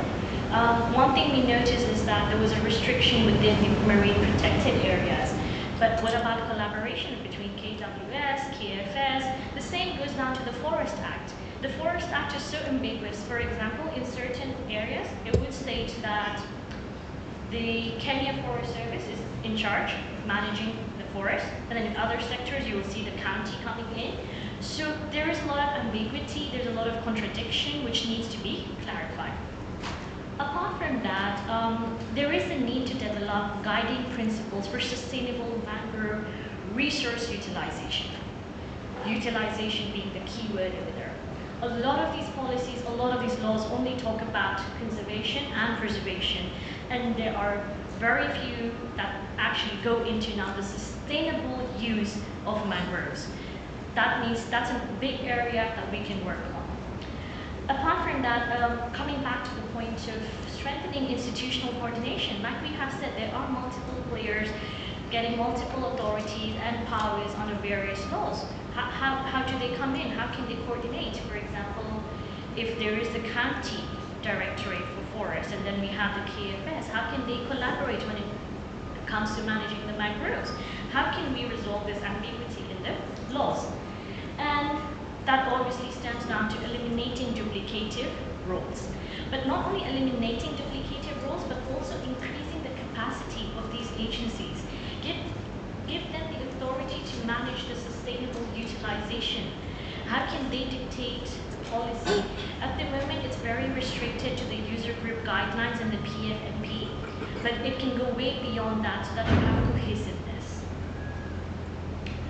And this was a third thing we targeted in the report, and like I said, this is the crux and the heart of the report. We spoke with multiple community enterprises, user groups, and we came up with the business case toolbox. So what this business case toolbox does is we try to identify the enterprise. What are their current capacity? How are they working? You know, what do they need? What are some of the challenges, opportunities? What are their markets? Do they have any plans for growth? When did they start? A lot of information came from them, and then we came up with the business case toolbox. However, what we did is we split up this business case toolbox in two ways. Number one, and I think Francis also mentioned about the mangrove value used, and one of them are directly dependent on mangroves. For example, honey. You need to put your hives in the mangrove. Nurseries. So there are enterprises which directly depend on the mangrove's existence to facilitate this enterprise. And number two, we have heard the importance of mangroves, and we need to reduce the stress on the mangroves. So a concept that has been coming up very popularly is the alternative livelihood. So yes, they may not be directly dependent on the mangroves for their enterprise, but they could reduce the stress on the mangroves by engaging in these other activities. And that is something we heard from the communities, that look, if you are going to ask us to conserve and preserve the mangroves, we need to do alternative livelihoods, and we will need the support over there. You will be able to see every single business case toolbox within the report. I'm not going to delve into it much, but what we're going to talk a lot about is, so this is just a list of the businesses we interacted with. You can see there are multiple over there. We tried to restrict it to the two categories I mentioned earlier. And what I would spend some time talking about is this slide. And I know we have titled it as key challenges, but let's look at it as key areas of opportunities and intervention. These are common challenges or areas of opportunities where these communities or these user groups and enterprises need support. And they have been classified into 5 categories, and I'm going to just go through them, give you some insight about what we have been able to pick up from the field. The first one was market access and value addition. I think Jackson mentioned value addition earlier today morning, and we noticed that there is so much you can do with value addition. For example, if you have crabs, instead of just restricting yourself to the local market, there is the opportunity to freeze them, to export them beyond the borders of the coast in Kenya. So this was a big challenge we saw. With value addition comes higher income. It's more economical, and it makes more sense to do than just selling a raw product. Apart from that, a lot of the enterprises struggle with internal business capacity limitations. When you are running a business, there are basic things you need to have them in place. For example, do you have an accounting system? Do you have, how do you report your sales? How do you keep a tab on what is happening? Who are your, so there is a lot of work that needs to go into structure and also establishing business models. These enterprises have a wonderful concept, but how can this be a business model? What are the revenue streams? What are your competitors? What are some of the risk analysis? What is your prognosis, the financial prognosis, and your trajectory for the next 3 years? So that is an area that requires a lot of, that is an area of opportunity. Apart from that, lack of technical expertise and training, and something new to add over here, and this was a very, I would say, contentious debate we had during the Lamu workshop. How can you have effective trainings? I mean, there are instances whereby the structure of the training is we're going to come and we're going to just teach you about the software. So, okay, I'm going to come with a presentation and tell you this is how you do crab farming. I'm not going to come with any equipment and show you this is how you can do crab farming. So how helpful would something like that kind of a training be? How often am I going to do the training? I can come train today, and 2 weeks later, 2 months later, let's say there is a change in the structure, we have more people. Am I going to come back after 2 months? Apart from that, there is this element where we talked about lack of collaboration. There is training. There are institutions that have developed training that are doing this very actively. How can we link them up? But at the same time, remove the psychological barrier. We spoke to one organization, and they expressed that it's very difficult for these enterprises to even sometimes approach an institution, find out details, and they could be restricted by psychological barrier that we do not have the necessary capacity when it comes to, let's say, learning, or we're a bit shy to ask them. So how can you try to remove that psychological barrier into this? And think about the ecosystem activation over here and what roles the CBOs and the NGOs can then play. Infrastructure access was another challenge, and a lot of the enterprises did indicate they are doing very traditional methods of, let's say, beekeeping or crab farming, whereby sometimes the produce you get is not enough, or it takes longer to get what you need, and there is the time to upgrade. There is so much technology out there. For example, there are people who do vertical crab farming now. We were enlightened about new hives that can produce ×3 the honey than what a traditional hive can produce. So we need to really upgrade this infrastructure. And how can we also facilitate access to this infrastructure? Where can we get it? Where do we get the necessary training? What are the cost implications for such a structure? And lastly, regulatory compliance. And this now comes into two ways, okay? First, we have the PFMPs and the user guidelines, which allow these enterprises to access the mangrove as a resource. That is one level of legal compliance. But at the same time, when you start adding value to your product, you're going to need licenses, you're going to need approvals. If you're going to, for example, do herbal medicines, how should your packaging look? What should be included in your packaging?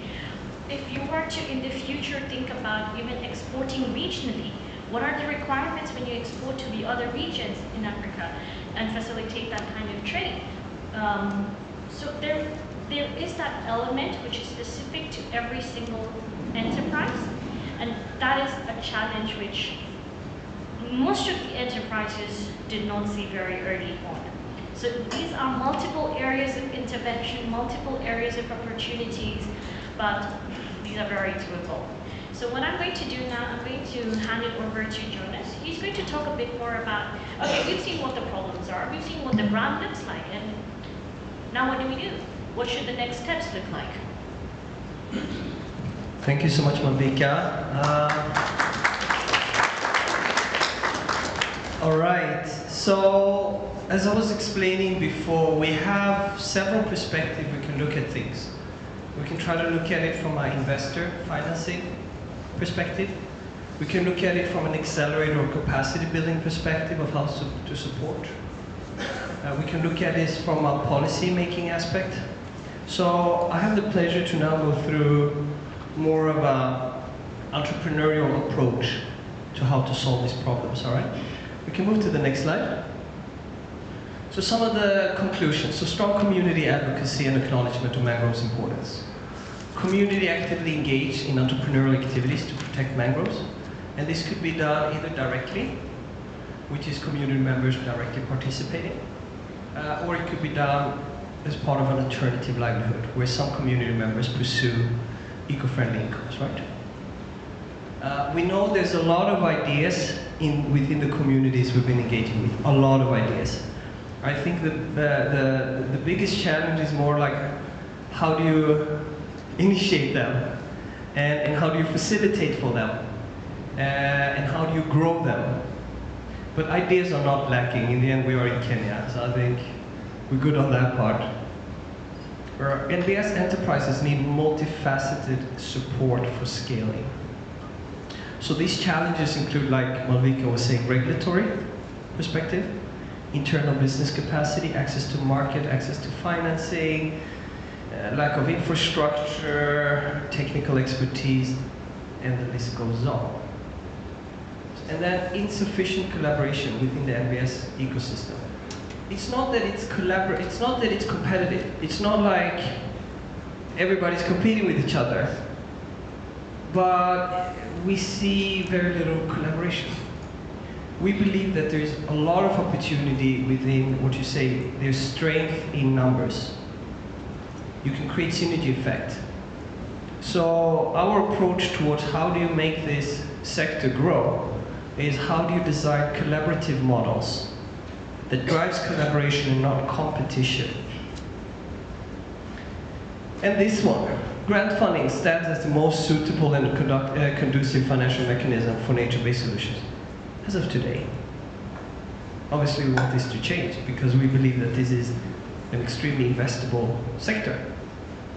But when you engage in very early stage ventures, the risk is very high.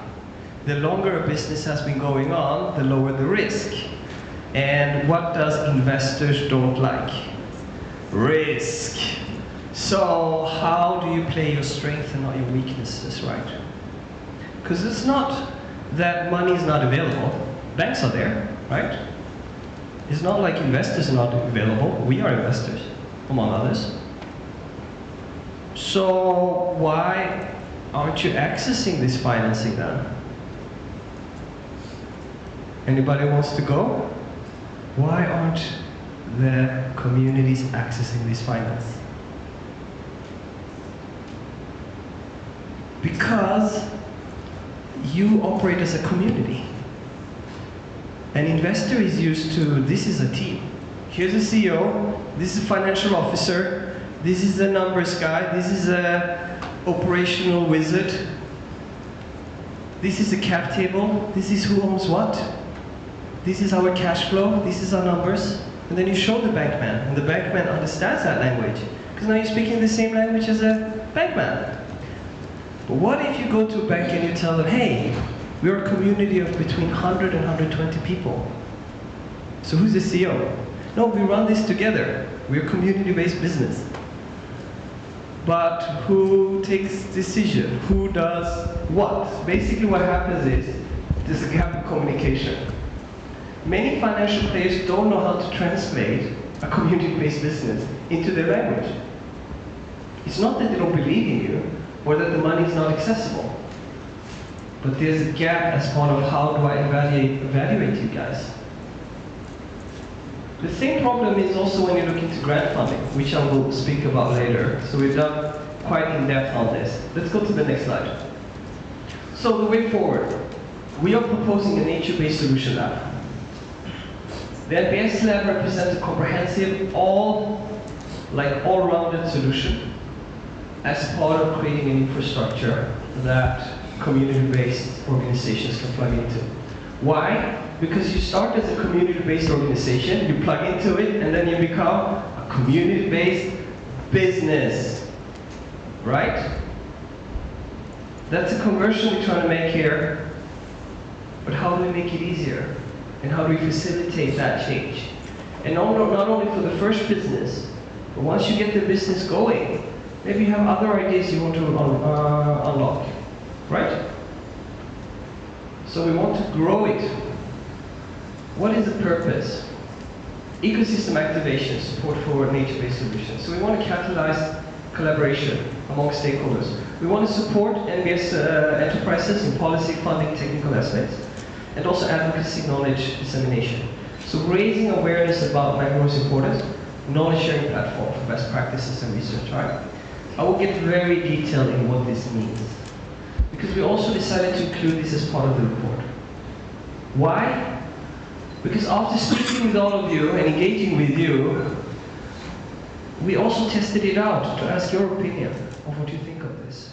That will come in 2 or 3 slides after. We move to the next one, so just to explain to you the blueprint of what we want to build here, right? So, we're looking at this being an initiative by WWF, obviously with support from partners. Number 1, access to market.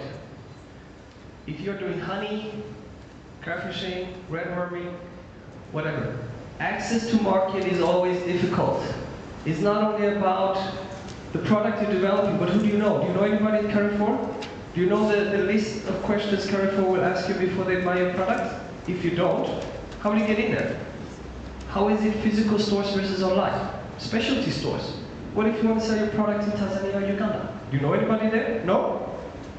Okay, so instead of letting every NBS fall into this pitfall of how do we get access to market, incorporate it as part of the solution. So actually have that expertise, that network in there. All right? Together with logistic solutions and trade financing. Why do I say trade financing? Because selling to a customer is not like you give the product and then they pay you directly. Many of these guys won't pay you until 60 days, 90 days. What are you going to do in the meanwhile? Is it your money that you're doing? Most people don't want to do that. You get my point, right? So you not only need logistics, but you also need to understand the trade financing part of it. Simply to avoid financial bottlenecks, okay? And you do not want to take that financial risk. Number two, access to financing. This can be done in several ways, all right? Number one, the easiest is grant funding opportunities and writing support. I can speak about it later. This is what I find most interesting. Access to the early stage seed financing and growth capital. So how can it be done? Let me give you two examples. We can take a special purpose vehicle, which is basically a limited company, invite a bunch of investors, 10, 5, 30, depends on, okay? They put money in there, say you put in $1 million. Now you could decide to allocate this to 20 companies, $50,000 each, as an investment. This would be private investment, okay? This is what you would call a special purpose vehicle or micro fund type structure. I'm not going to get too technical, I know we can get worried, but it's just one way of doing it. This is attracting private money, all right? But you can do the same thing with grant financing. So we can go to, say, I don't know, Danida or GIZ or SIDA or any of these development agencies, say, hey guys, we want to support nature-based solutions. We want to put $1 million into a grant funding facility and distribute it to 20 NBS, 50,000 each, to 20, right? Together with a set of capacity building, support, access to market, all that jazz. So there's ways of doing both. So we're not saying just do the private, just do that, but we're saying this is really needed. And what we propose is a layer of 3. Soft funding, activating private investment, looking into catalytic grant investment, okay? When I say catalytic, it means if you as an MBS receive any type of investment from this grant facility, you need to catalyze private money. If you get 50,000 from the grant facility, then 50,000 should be activated privately. Why? That's how we grow things, right? But it also proves that you have an interest from the private sector to grow, you know what I mean? Operational capacity, internal business management, basically support with that as a plugin. Business models, operational logistics, infrastructure and technology investment. Why do we do this? It's because if you combine number 3 and number 1, meaning that you already know what the market wants, you can also introduce solutions and ideas to the communities as part of, hey guys, this is a need in the market. Is this something that your community would like to engage with, right? So you can also reverse the model, which I think is a huge opportunity. Let's go to number 4, policy development. So policy, regulatory compliance, policy development, collaboration with relevant regulatory players, right? This is very important. Agree? By having one infrastructure that you are part of, you create a voice of the NBS ecosystem. It's easier to speak with government as one voice than as 10, 20, 30, 40 different voices. Just saying. Number 5, access to data. There's a lot of data out there, a lot of it. But how we make it available? So both education opportunities, reports and data, specifically within your fields. So for example, you were explaining mangroves, right, and using bees. I would be super interested to see what kind of data research has been done as part of the nutrition level, right? As part of it, or the impact. Could you call this blue honey? You know, support ocean ecosystem through honey, but with health benefits, right? I mean, these are new products we haven't really think of, and people don't make those connections.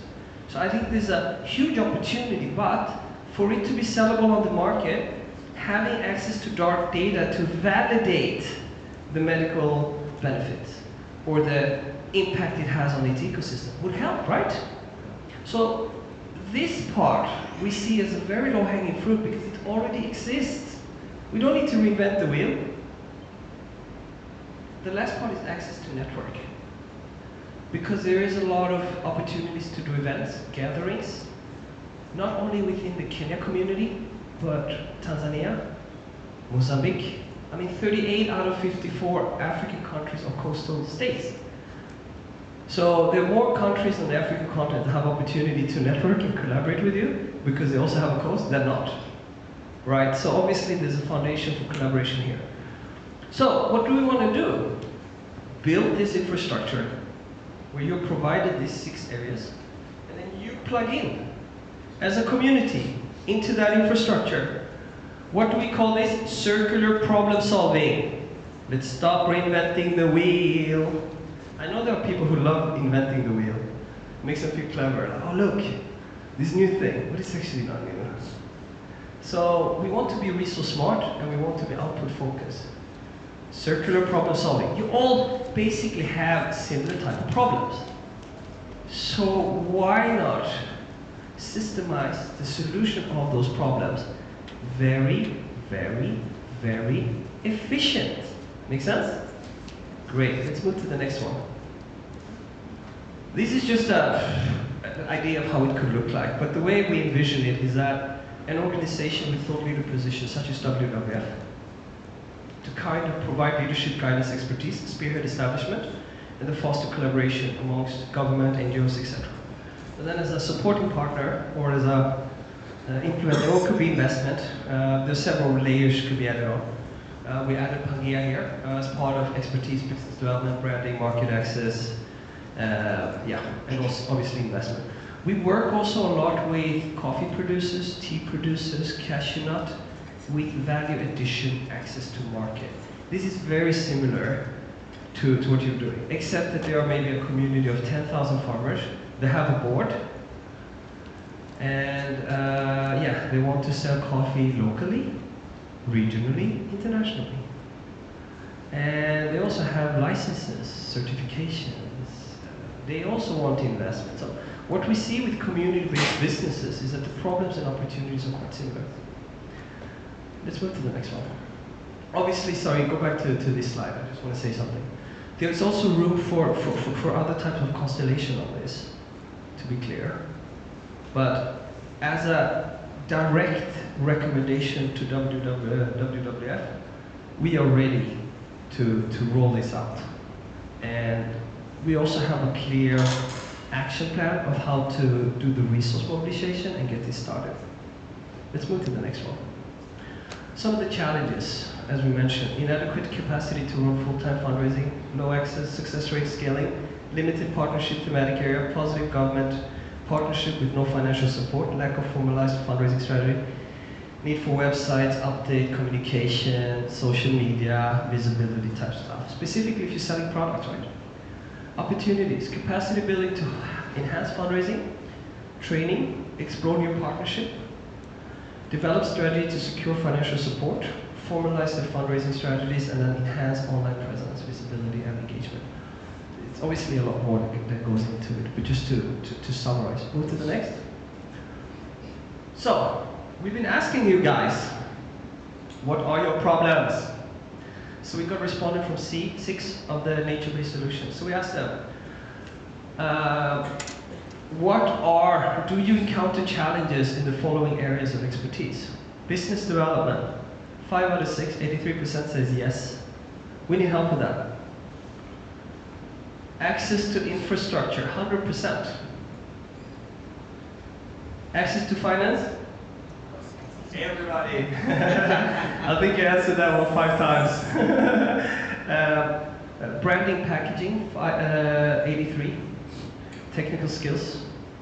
Also here, operational skills, 100%. Value addition, 83%. What's interesting is this. Legal and compliance, where is that at? Is it because you don't like lawyers? Why do you put 0? You don't need any contracts, nothing? No legal breaks? We believe that, at least this is my subjective opinion, I think you've underestimated the legal aspect here. But we can discuss it more. This is just a reflection of what you have shared with us, all right? Let's move to the next one. This is what's interesting. This looks like an election in a dictatorship country of like who won. But basically, we asked you the same question as part of, do you believe that this type of model and this type of methodology, such as the nature-based solution, would help? And what's interesting is some of the feedback you've been giving us, which has been yes, yes, yes, yes, yes. Let's move to the next one. which is more interesting. And this is to understand why. So, the NBS lab will be key in capacity building the team and will help in reaching out local farmers in order to expand on the nature-based solution. All right, interesting reflection. The NBS lab will help of creation of employment capacity building for sample growth members in their CFA, okay? NBS lab will help to develop partnership network relevant in the field. It will help to access market and product diversification. I'm not going to deep dive into it. You're all here, so you can all engage. But it's interesting to hear from your perspective of what you think would be value adding. Okay, make sense? Great, let's move to the next one. Now we come to the fundraising. So how do you get a new vision, a new idea, concept? How do you roll it up? There's several ways. We believe that there's 4 ways you can fundraise for this. Either you fundraise as a total package, which is as a full nature-based NBS lab, or you can split it up. You can do specific fundraising for the capacity building. You can do specific for the data and insight. You can do specifically for the investment to grant facility. So this would be providing, for example, early stage innovation funds. I think would be very helpful. Or matching finance to catalyze private investment. If you as an investor come in with $50,000, boom, we match you with $50,000. Lowering the risk. Risk mitigation is good if you try to get investors on the board. If you focus zero on risk mitigation, your likelihood of getting private investors to come in is much smaller. We need to understand that equation. So if we really want private money to come into NBS solutions, we need to focus on risk mitigation. Make sense? Right? Growth capital, yeah, anything on risk mitigation. We can discuss this for hours. This could be first loss facility, guarantee funds. Yeah, there's a whole landscape that could be plugged in. National regional conferences, we definitely believe that. NBS, nature-based solution, is such an important space, and they're so relevant for so many countries that we could also expand on the networking aspect and knowledge transfer. This is just some examples of how you could fundraise for it. So we've been having meetings with the Blue Action Fund as part of the NBS Lab. They have a lot of financing, but we've also been looking into financing for you guys. Yes, and we have found, Malvika, how many do we have now in our list? Yes, we have found 15 highly relevant funding opportunities for you guys. So anybody looking into like, okay, how can we access that? We can follow that up separately, okay? But we've been doing a lot of digging from both levels, okay? Because to make this plan happen, you need to think multi-layered. One-dimensional thinking is not relevant. Think beyond, stretch your brain, connect dots, combine partners, combine perspectives, monologue, and just one-way roads, not interesting. Agree? Great. Let's move to the next one. These are just 3 examples, opportunities for you guys, right? So you have this one, you can see the name Ocean Conservation Trust, can provide you 2,000 to 5,000 New Zealand dollars. Clever man taking photos there, I like those guys. Everybody taking photo, you know they're serious about fundraising. They're like, okay, I want this, boom. All right, we have the other one, Crowder Messersmith Fund. This is smaller, 10,000, 1,000 to 10,000. This is one piloting, but we believe many of you are there. We have the other one, which is like a rapid ocean conservation grant, which is 10,000 to 100,000, all right? This is just some example, guys. We have a long list for you. So anybody who wants it, let us know. Boom. It's also in the report, huh? So look at this specific part. It's a good, could be put good addition to your business plans. Let's move to the next one. So because we also created, we decided to do a little bit of a commercial. This is only a 30-second video, so I guess we just play it. I don't know if you can hear the sound though. Let's see.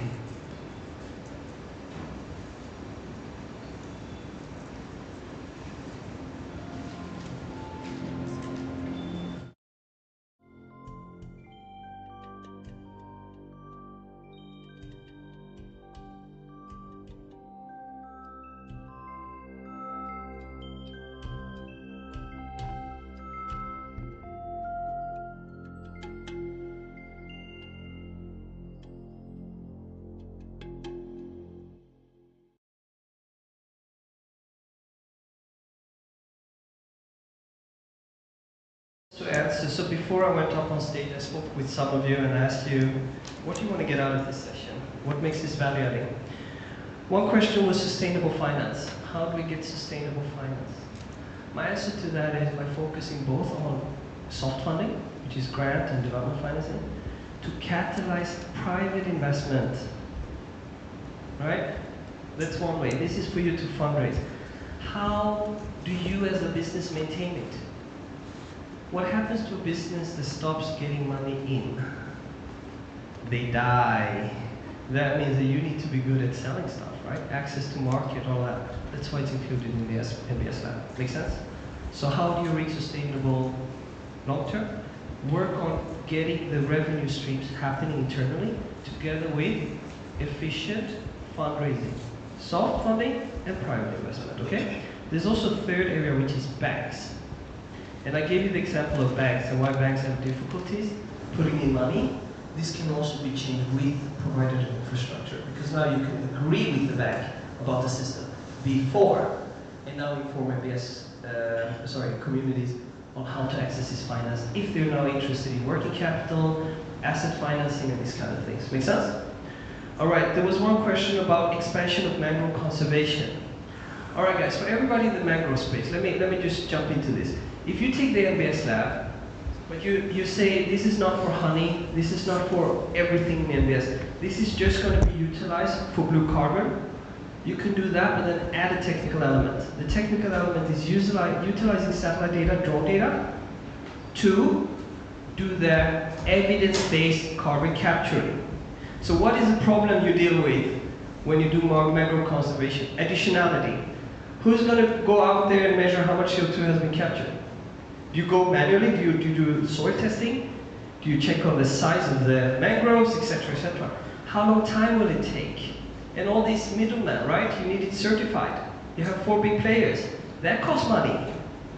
So you have so many middlemen, it's very costly. Huh? So additionality could be done through drones and technology, satellite data. You have a company called Skog. They operate from Norway. They basically have machine learning software that is doing this. They operate mainly in South America, but again, we can dig into it. Second, leakage prevention. So if you are planting mangroves but somebody else is chopping down trees there, it doesn't help, right? 3, land tenure, sequencing. Who owns the land? Government.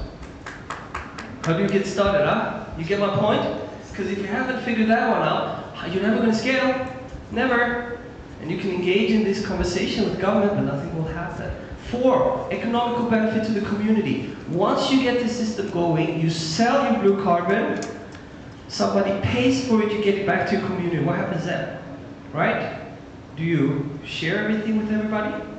And then it's over with? Do you do like Mikoko Pamoja where you vote? Maybe you set up a water tower. Maybe you decide to build a small school. Or can you reinvest that money into economic productive businesses? Honey, ecotourism, seaweed, aquaculture, right?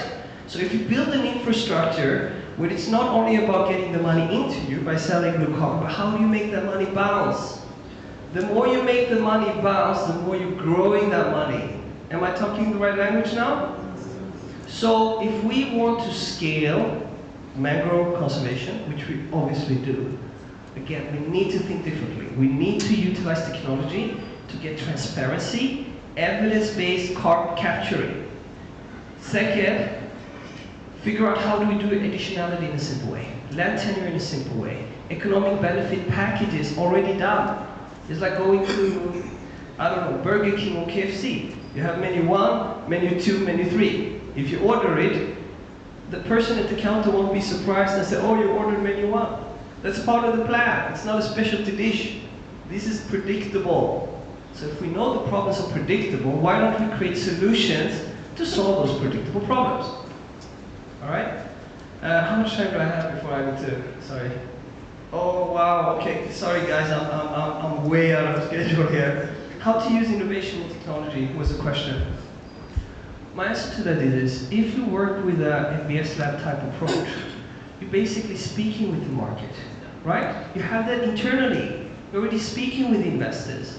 You're already working with the data and insight, meaning you will be able to not only support those that are out there, but also see what are things we're not doing. And if people in Indonesia are coming up with nature-based solutions that is really on fire, of course we will make sure that we copy it, right?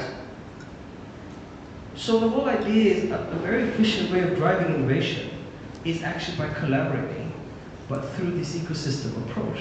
And then you get ideas, inspiration to new things that you now can utilize a community for to present new business opportunities. But not only present them, but you are able to help them realize them and also help them structure the fundraising attached to it. Why is this important? Because we're all sitting here because we want the nature-based solution sector to be very fruitful in the future. We want it to be a lot more businesses like you, a lot more. That means we may need to make it very difficult for your ideas to die. We need to be very good into making you guys as role models. So after you comes a new generation of nature-based solutions, right? Do you agree on that? All right, I think I'm going to wrap up here and just thank everybody in the audience. Cheers. Thank you very much, Jonas. Don't go too far. I want to offer us about a few minutes to react to what we have heard, ask any questions, follow up. I'm sure there's a lot of sentiments here. We start here and then we go to the gentleman. Thank you very much.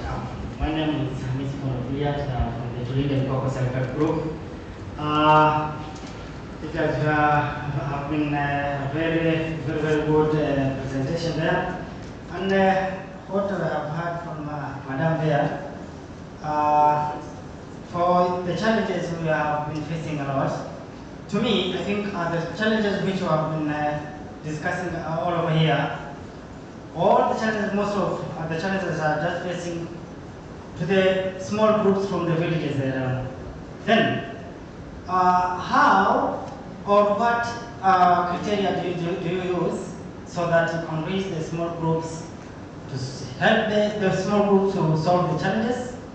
And okay, we have seen here issues regarding the financial access. Then I think there's some matters of the access on financing, and I have an opinion on that.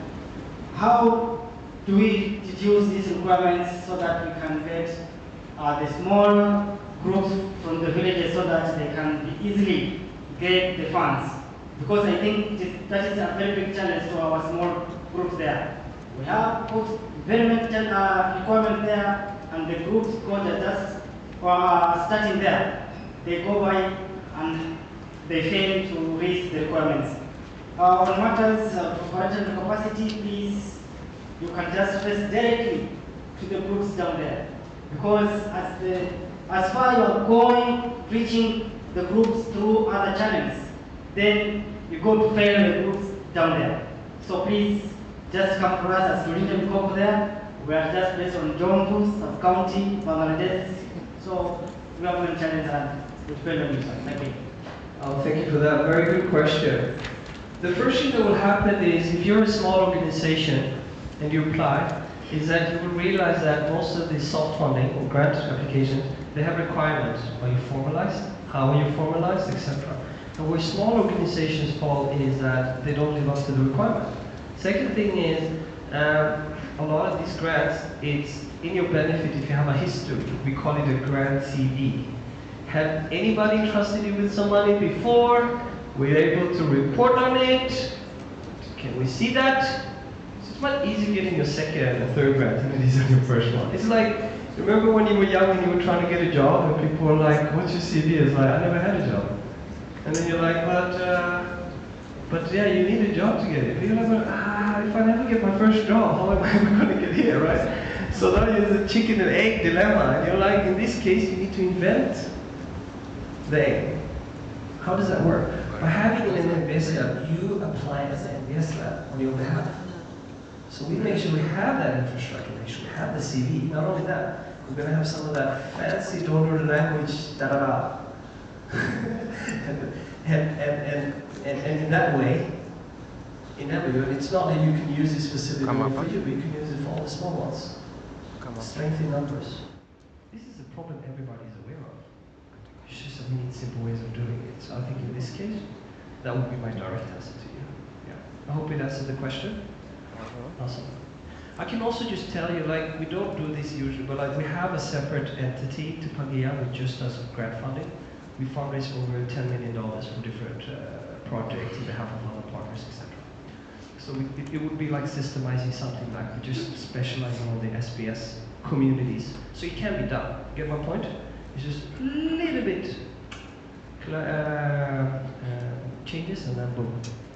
All right, there was a question over there. Oh, yeah, sorry. Good afternoon. Good afternoon. My name is Dennis. I work for an impact debt fund called the Youth Social Business. We invest in growth stage companies. So as you have said, thank you for your report, very insightful. We will come in not at early stage, but at growth stage, and you mentioned growth capital. So that's where we come in. And I have two comments and then a question. One comment is a question that was asked, I think you asked it, somebody had asked you, how do we get sustainable finance? From the side of the investor, what we're asking ourselves, what we are missing is sustainable businesses. So that's what we are looking for, sustainable businesses, but we can't find them. For example, you already alluded to this. Community-based organizations, mostly what we see, and because we have seen others like coffee, but we've seen others that actually do not have, for example, have not professionalized their, have not professionalized the business. But that I mean, instead of bringing in a CEO or a chairman, you know a CEO or a chairman? Probably a chairman. Instead of bringing somebody from the community as a chairman, can you bring a CEO who has experience in running businesses? A person who has finance knowledge, who can lead the finance department, professionalizing the business. Those are some of the things that we look at, and they miss out especially on CEOs. So there is no, they have not professionalized. The other thing is legal, and I agree with you, it was zero. And it's not because they are not needed, but because we don't see the need of it. If I come to your organization and I look and I do a legal due diligence, you're probably at 10% in terms of meeting our legal due diligence minimum quotient. So I think that's something we can learn from that report. And the other one is on technology. Primary production is the beginning. Then we go to value addition like you have mentioned. And then after that, the point I want to bring here is technology. So you have value addition, but how do you bring in technology? For example, how do you advertise? How do you reach out to people in other markets? But apart from that, how do you bring in like data collection using AI? I'm sure most of you have heard of AI. How do you get those opportunities for organic, traceable products to US market or EU? It will not be traceable by just saying that we know the farmer who has farmed this. There has to be proof. Where will this proof come from? It's technology. So a technology that you say, for example, this is the GPS for where this was produced.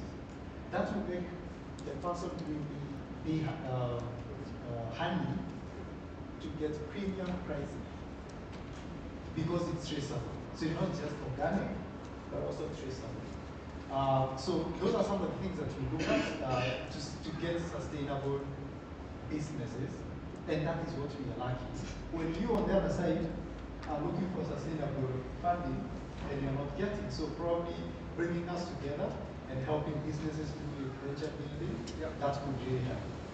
So that was my comment. In terms of questions, from the first presentation we had in the morning, the viewers, you mentioned about carbon credits. In the morning, we mentioned, what was mentioned was potential value from carbon sequestration. My question is, do you have numbers of actual carbon purchases or sales that have happened around Mangrove and NPS, people around that? So if you can tell us, like, this is the number, this is the revenue that has been earned by the community for carbon credit sales, that would be great. And then number two is the kind of what kind of work are you doing with your venture builder, the venture studio you mentioned at the top? Thank you. Absolutely. First of all, thank you so much. Very relevant questions. I think you get the idea with the MBS lab, right?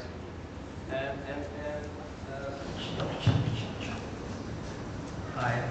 So the idea just is that also investors such as you in the growth stage can plug into it, because you are depending on having a pipeline. The bigger the pipeline, the more attractive the pipeline, the nicer it is to be you as an investor. It's not nice to be an investor with zero pipeline, but you have the money to invest. Because now you're desperately looking, is there no business that is sustainable and looks like this? And there are many players out there doing this, right? Including financial institutions. That's why we think we need to resolve this better. As part of blue carbon, all right? This is going to get depressing, guys, just a warning. According to the African Union, the potential for blue carbon, basically carbon being collected by mangroves, is 40 billion USD a year. Last year, I think was the last time I looked into how much we actually selling blue carbon for. I think that number was $26,000. What's even more interesting is the first time anybody ever sold blue carbon in the world was in Kenya. This was in 2007. So Kenya actually revolutionized this space. 2007, and 16 years later, here we are with about $26,000. So clearly, this is something that could be massively, massively grow. We're talking employment for hundreds of thousands of people. If we do it right, how do we do it right? So I've been spending a lot of time speaking with Chem3. Specifically, the guys at the Mikoko Pomoja, and I asked them, what is the problem? Why don't we scale this? Why don't we come further? 16 years, come on. And they say the problem is, right now the solutions we offer is like a small dukkha. You know, we don't have additionality solution. We don't have for leakage prevention. We don't have for economic benefits. We don't have for land tenure. So then you have to figure it out as a community, right? How much time and energy do you have to proceed that? Right, limited time. What they say is needed is a supermarket with ready-done solutions. So you as a community come in there and say, we want to do here, great. We have a solution for land tenure. We have a solution for additionality, economical benefit. Oh, you want to do evidence-based carbon capture? No problem. We have these technical solutions. They use satellite, they use drone, it's machine learning based. So you can basically look here. And not only that, it's also traceable. So when you're selling your blue carbon, you can also see where it was captured and how it's benefiting the community. Not only that, when you provide the money to the community, you have rigged it and structured it like a goddamn flipper game. You make that money jump, jump, jump, jump, jump. Right? That means honey production, seaweed, ecotourism. There's plenty of opportunity. Why stop just selling blue carbon and getting it to your community? How do you grow it? So to be honest, brothers, there's huge potential in how to grow it. We don't need to be stuck at the $26,000 and looking at the 40 billion it could have been today and saying next year, let's hope it's better. The solutions are there, honestly. We just need to change our formula for how we solve the problem. And many that work in this space to solve the problem are not fully aware of what you can do with machine learning. How do you utilize growth? How do you utilize satellite? What kind of data can you have? And how can you add complementary evidence-based processes from the community, right? So it's an integration of many different fields. That's why I think we haven't reached a solution. We actually have those solutions out on the market. However, I can tell you we're not far off. We're not far off. And this is too big of an opportunity to just let go. What's the last question? Venture building. Yes, so we work with the different areas. So we do venture, we do a lot of agriculture food. So we work with both Microsoft program, Fairtrade Africa. Right now we try to get coffee, Kenyan coffee, done value addition here and then sell it to Japan and South Korea, internationalize. Also local market, getting it into the Carrefour and the Chandarana, etc. We also do tech. So we have a lot of scalable tech, yeah. So we do both tech and non-tech. I hope that answers your question. Yes. All right, thank you. Yeah. Good afternoon. My name is Dixon Mizinga from the Basso Bay Conservation Group. Thank you for the good presentation you've given us. And you touched about the gaps which the communities are going through on financing. And on behalf of my group and other groups in Kilifi County, the smaller groups have a lot of problems in addressing their challenges in getting the finances. You said that you had a research going through the communities and you saw this. How do you address, because we have so many businesses which are sustainable, giving a good example of the crab shack, but we lack the experts to package the information so that they can do a good proposal to get money. How do you address that? Yeah, good question. Our proposal is that within the NBS lab, that this is expertise you have in there, and that you as a community would access this expertise, but also what are the funding opportunities available, recommendations of funding opportunities we think that you as a community should go for. And I think you can streamline that soft funding support pretty easily. We have done it in Pangaea through a separate company, we just call it Pangaea Growth. But the whole idea is that we help climate businesses start up, apply for grant financing. We help, for example, Global Disability Innovation Hub. We help certain non-profit. So we both are non-profit and for-profit. And this kind of expertise not only exists, but like we're good at it. So it's just more packaging it in for NBS solutions only. Not coffee, not hey, we're tech, blah, blah, blah. No, only NBS solutions. Just specialize on the NBS. Tailored butler service. And it doesn't need to be expensive, but it can be extremely efficient. Best of all, you can recycle it. Because what you apply for, he might want to apply for, and him, and him, and him, and him. So why not streamline 10 of that? Why do only one? Why can't you have more horses in the race? So the idea is like increase the amount, quantity, amount, funding opportunity you go for, in addition to increasing the success rate, your ability for success rate. Get those two numbers right, money will be coming your way. Did that answer your question? Awesome. All right, so I want to, just to balance the room, we have, let's ask two questions. I love the questions, by the way. I guess that's a good sign. It was interesting, huh? You're going to have many people sitting with you at lunchtime. Oh, wow.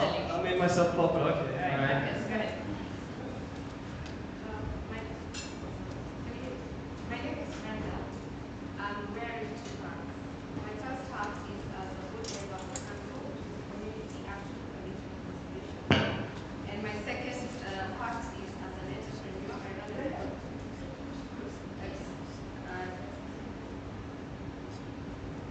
My name is Brenda. I come from Kilifi County. I am wearing two hats today. The first one is as a board member of Community Action for Nature and Conservation. And the second one is as an entrepreneur in the ecotourism space. I run a facility called the Mangrove Hotel and Conference Center. I have 4 questions for Pangaea and perhaps one for the social gentleman who spoke earlier.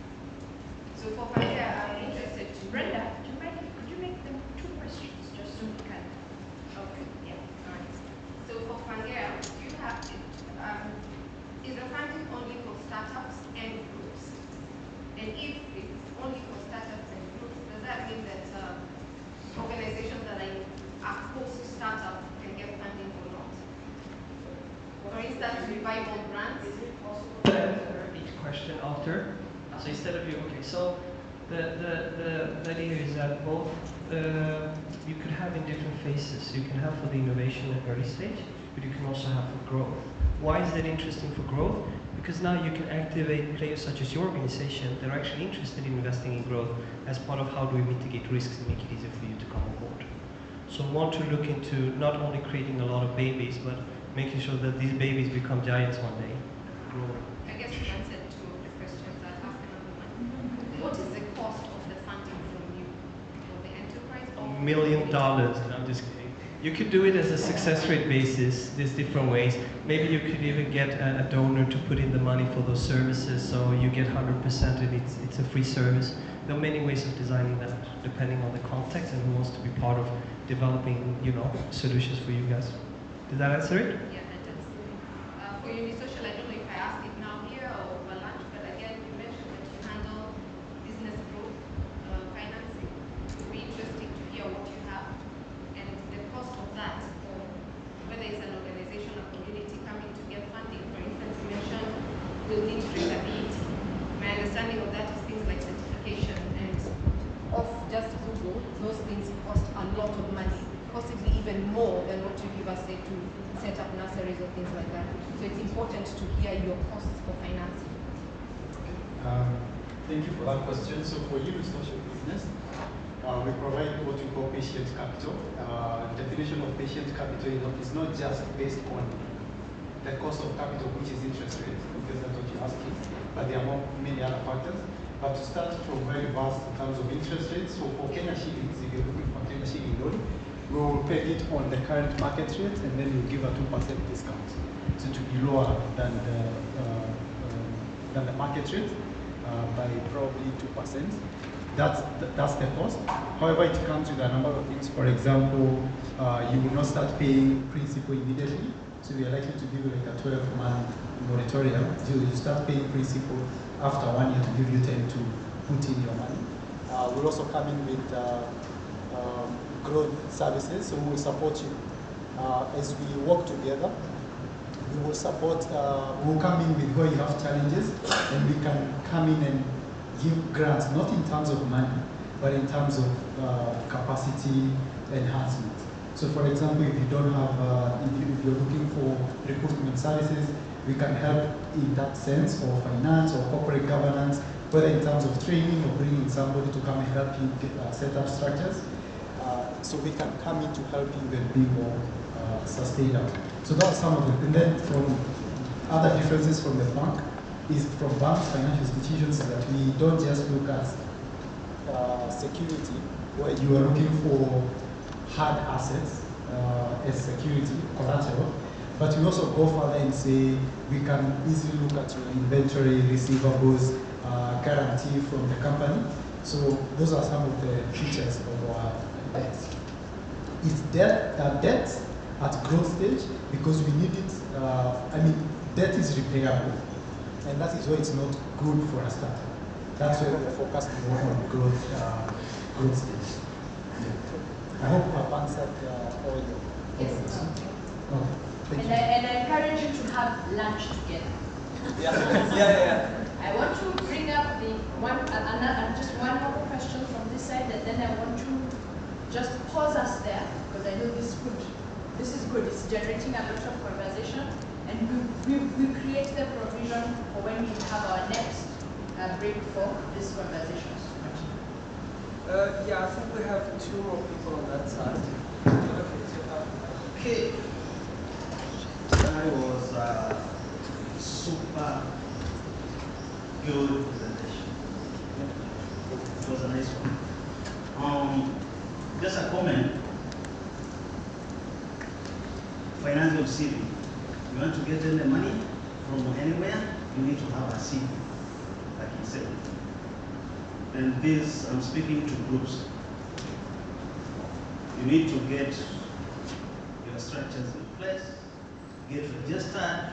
Even the county government, the CSOs, they need to see that you are registered, that you are in a group, that you have the capacity to absorb and manage the money or the grant.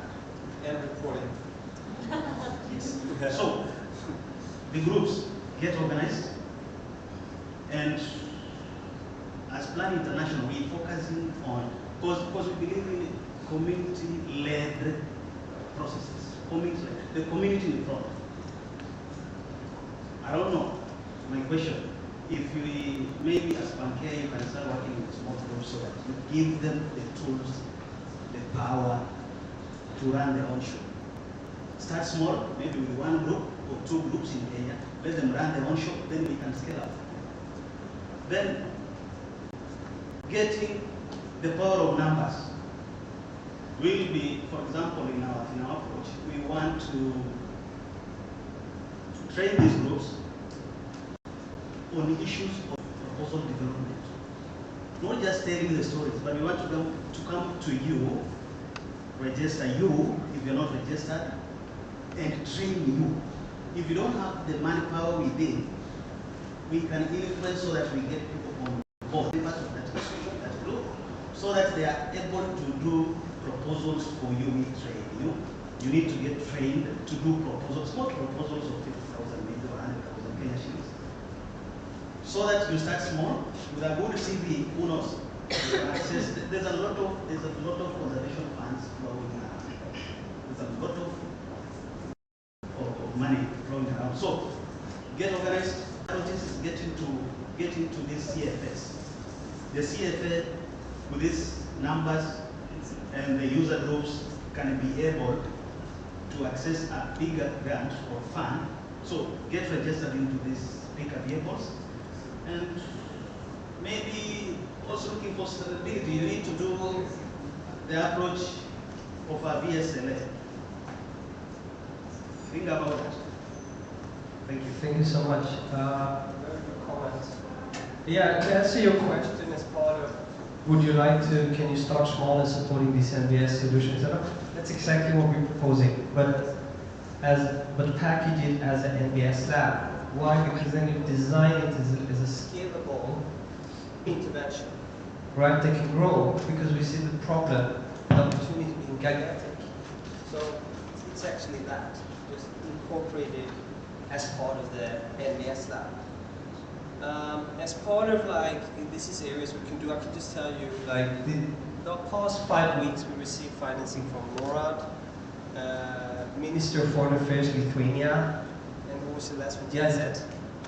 And I think this is for over $5 million. It's big numbers. And you can't get that numbers unless you have a CV and you know how to speak and you know how to check that box. But this is actually it. It's like, how do you utilize this expertise for them? You get it? Because now if you do that, the success rate increases tremendously, right? That's what we mean, like systemizing success and then circulating it. Because now you will get stuff growing, right? Yeah, I think that was my answer to that. And we have 2 more questions. Oh, maybe. You're there. No, I didn't mean to jump the queue, but I've been incited by some of the discussions that are coming out of this. And sorry, the reason why I wanted to make a comment is to just say there is a lot of goodwill and there are resources out there. But, as it is being said, the CV has also some hidden stories behind it. One of our biggest challenges in Kenya now is something called governance. Governance. At times we are in a group, we get access to 100,000 shillings, we are 20 members, we say it is better when everybody has his share in the pocket. Is that not the truth? That is the truth. Because we don't want to trust each other, we don't want to trust the leadership, we don't want to do the right thing. And that is the end of that story. Secondly, we do not respect the legal issues that we were discussing about here. The chairman is chairman for life. Yes. Yet, the regulations say there must be elections every 2 years, or every 3 years, or every 5 years.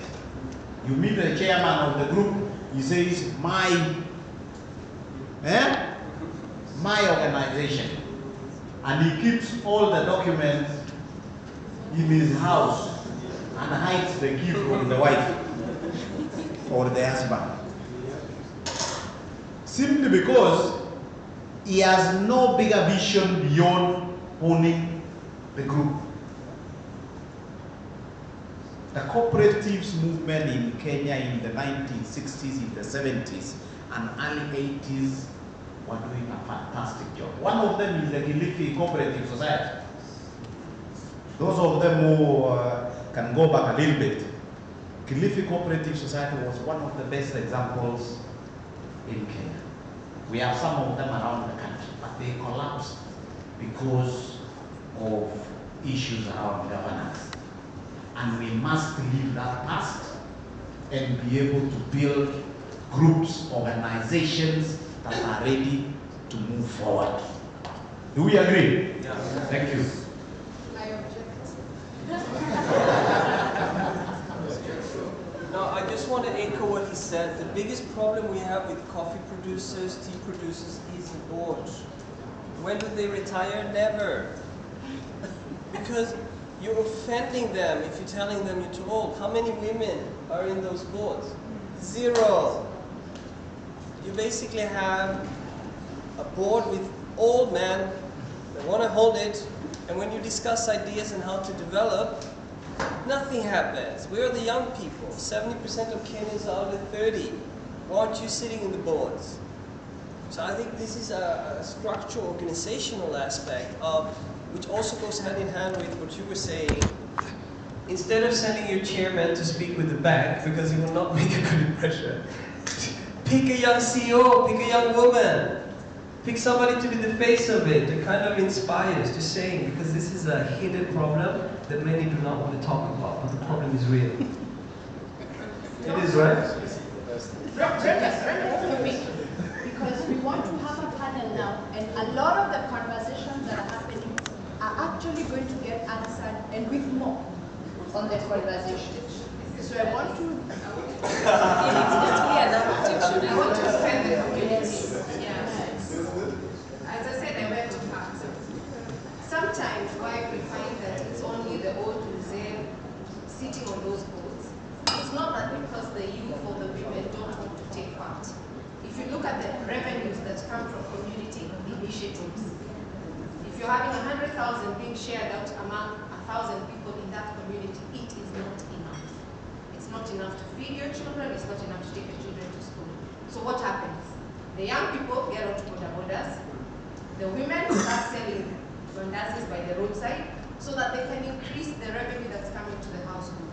So if you can look at it comprehensively and not just castigate the community that we are corrupt, we don't do this, and look at how we can be able to get livelihoods.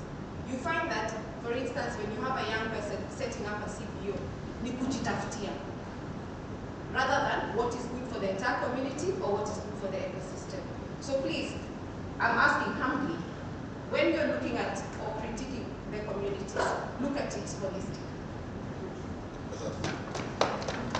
Okay, maybe I was misunderstood. Because what happens, you write a proposal and you say you will be doing mangrove planting of 10,000 seedlings. You receive the money. Instead of going to do the 10,000 mangrove seedlings, you divide the money and everybody vanishes. That is the example that I'm giving.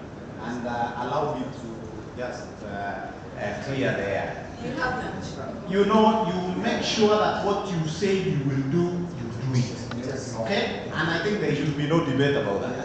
Yes. Yeah, so I think sorry for the misunderstanding. Thank you.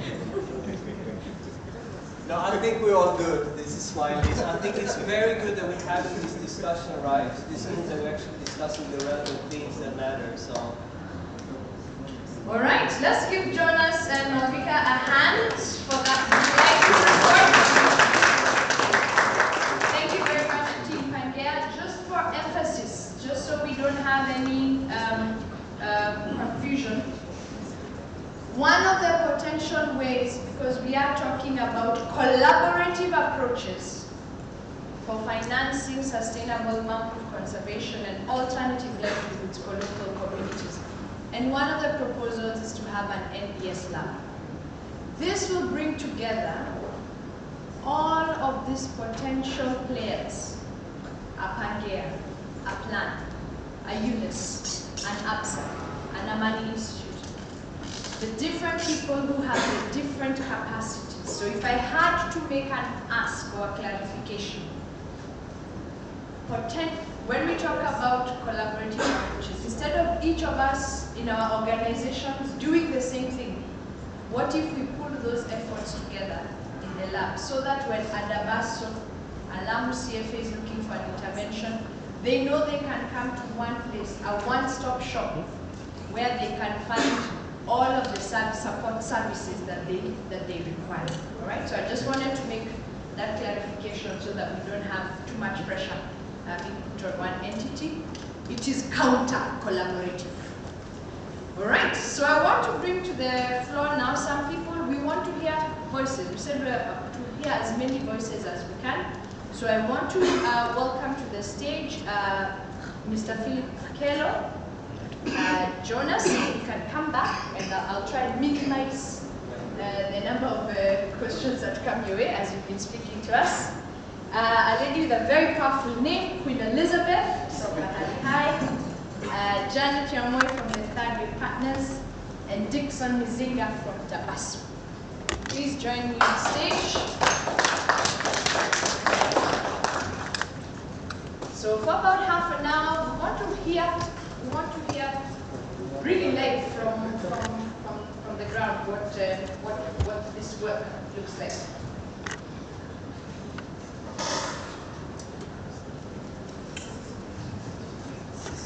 All right. So let me start with you, Philip. Karibu sana. Please introduce yourself, the name, the organization, and the role that you play there. And then, very, very important today, why does today's conversation matter to you and your organization? Good afternoon. I'm called Philip Kodiambo Akelo. I work with the Danish Embassy. Here representing the NIDA under the Ministry of Foreign Affairs of Denmark. So I'm a program manager for climate and environment at the embassy. So at the embassy we have a big team for climate. I'm actually first representing my team leader who was not able to be here today. Glad to note that even the conversation and the work that is going on with WWF has some funding from the Danish government. So of course from the government perspective, this means a lot. Let me first of all say, even the current government of Denmark, as Prime Minister, came to power on this platform of environment, climate, sustainability. Just to tell you that the Danish population is very much, the level of awareness on matters sustainability and environment is so huge that it has become an election issue, right? That people can vote you in based on your environmental ideals, climate change, biodiversity, nature conservation, and so on and so forth. So then the government comes into power strongly on that platform. So then what you expect is that the policies that come forward, the priorities of that government is then likely to take this particular direction.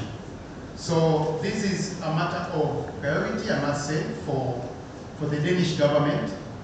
And let me say also that within the EU, I think Denmark is a leader. Even just in terms of the green transition agenda. I think in the developed world, it's really the leading, I must say. Even in terms of the shift,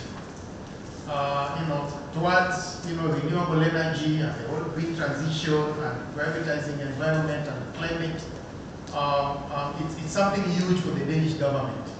And even as they do that, of course, they still experience economic growth moving forward. So at the moment, I must say, when the government came into place, first of all, they developed what they're calling the Danish long-term strategy for climate action. And within the Ministry of Foreign Affairs, they followed up with what they're calling the Strategy for Development Cooperation, which has two main pillars. The first one and the most important is the fight for climate, nature, and biodiversity. So we find that quite interesting. So that then the government has already prioritized where the development funding is going to go to as a matter of priority. So just to say, you know, the government has no option. They were elected on that platform, number one, so they have to prioritize this.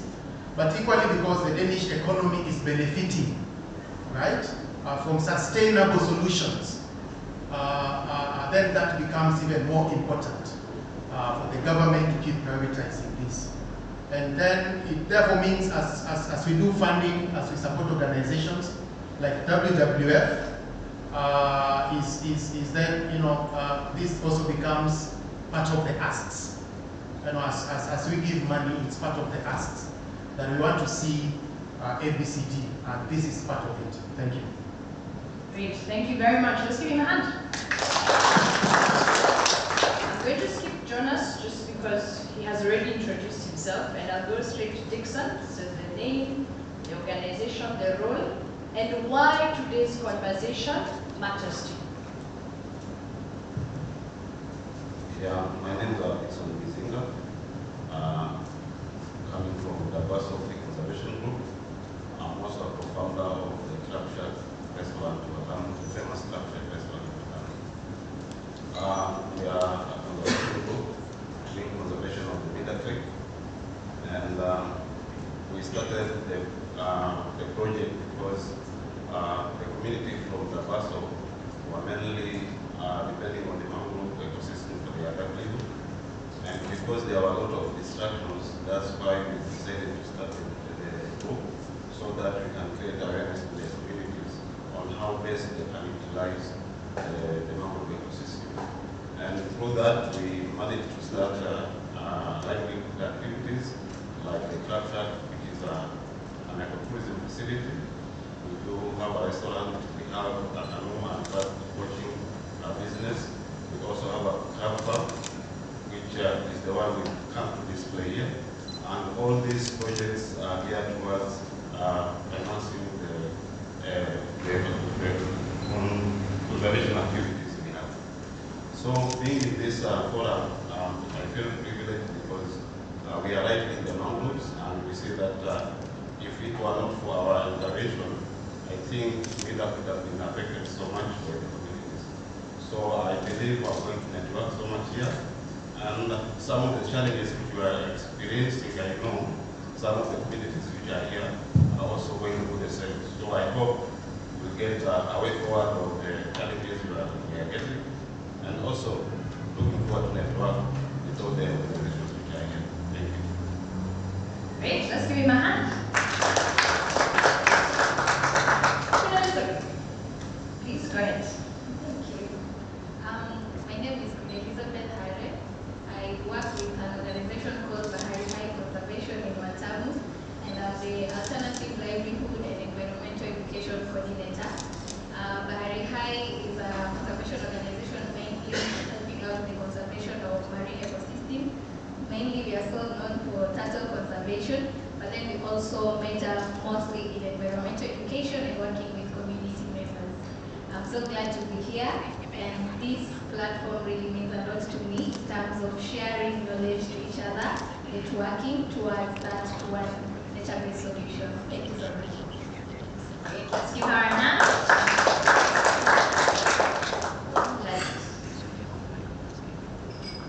I must say that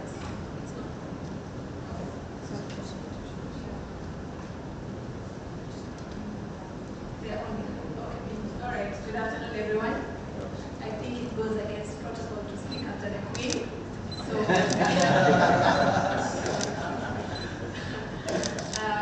but for today we won't go into that. My name is Janet Yamoy. I work for Hanwe Partners. Hanwe Partners is a global advisory and asset management company. And I work as a natural capital development specialist. And one of the funds that we manage is Africa Conservation and Community Tourism Fund.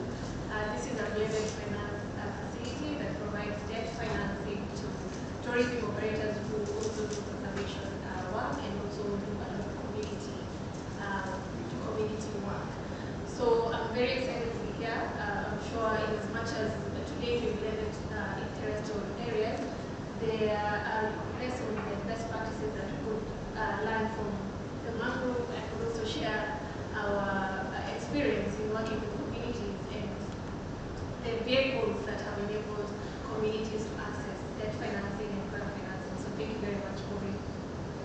All right, great. Let's welcome others. Where are my ecotourism people? Let me see by a show of hands. Just come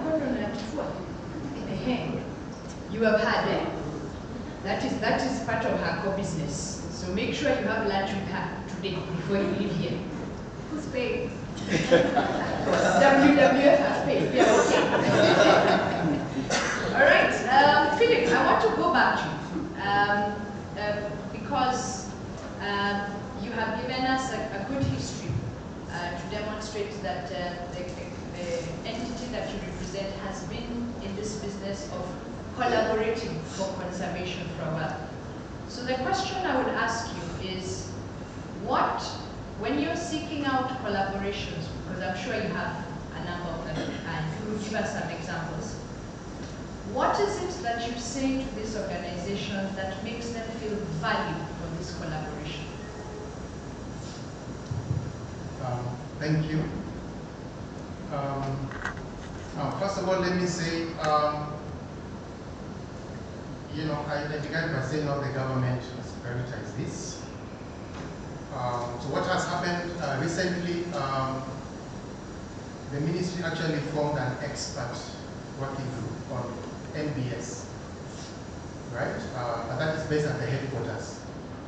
And WWF is one, obviously one of the organizations that is working with the ministry on this.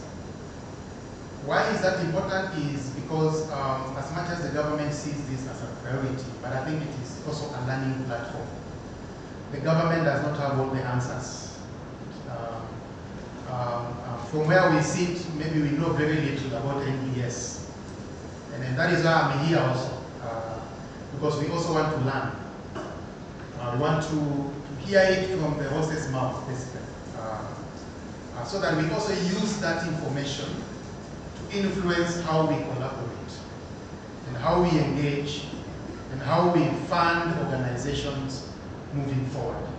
So we are also in that process where we are learning, and that is why the ministry formed that high level at the headquarters. It's basically to learn. Why? Because the goodwill is there. We have the policies in place, even the funding. Because, for instance, the government declared that 30% of its development funding should go towards climate, environment, and stuff. And specifically, they're saying at least 5% of that should go to biodiversity and NBS, so that they even set aside, saying at least 5%. So it will mean when we are developing these funding models with organizations, we have to insist, right, to mean it's an area of priority. Having done that, maybe we still also don't know exactly what is this NBS, and that is why this is happening. And that is why I'm here also, basically to also learn and hear and know what is happening, where are the opportunities, so that when I go back, I'm able to share back this information, and with the organization and to influence funding moving forward. So I think it is first the assurance from the Danish government that this is an area of priority that we want to see prioritized as we develop programs and as funding is issued out. I think that is very important. And just to know that we are together in this, I think that assurance is also equally very important, that you have the backing of the government, you have the policy, the funding, and we are in this journey together. Government already has made its own decisions, but this is how we want things to move. Let me just finish by saying, specifically to what my brother shared today, and just to say that we also have an instrument called the NIDA Green Business Partnerships that I think this collaboration can benefit from. And you can access funds between 8 million up to 15 million Danish kroners for such work. And I think we can talk more about this and to see how can we position this idea that was presented to also benefit from that kind of funding, because we are also looking into this sort of ideas where you bring in the business angle, where you are collaborating. So many state and non-state actors together, doing a business case out of a conservation idea.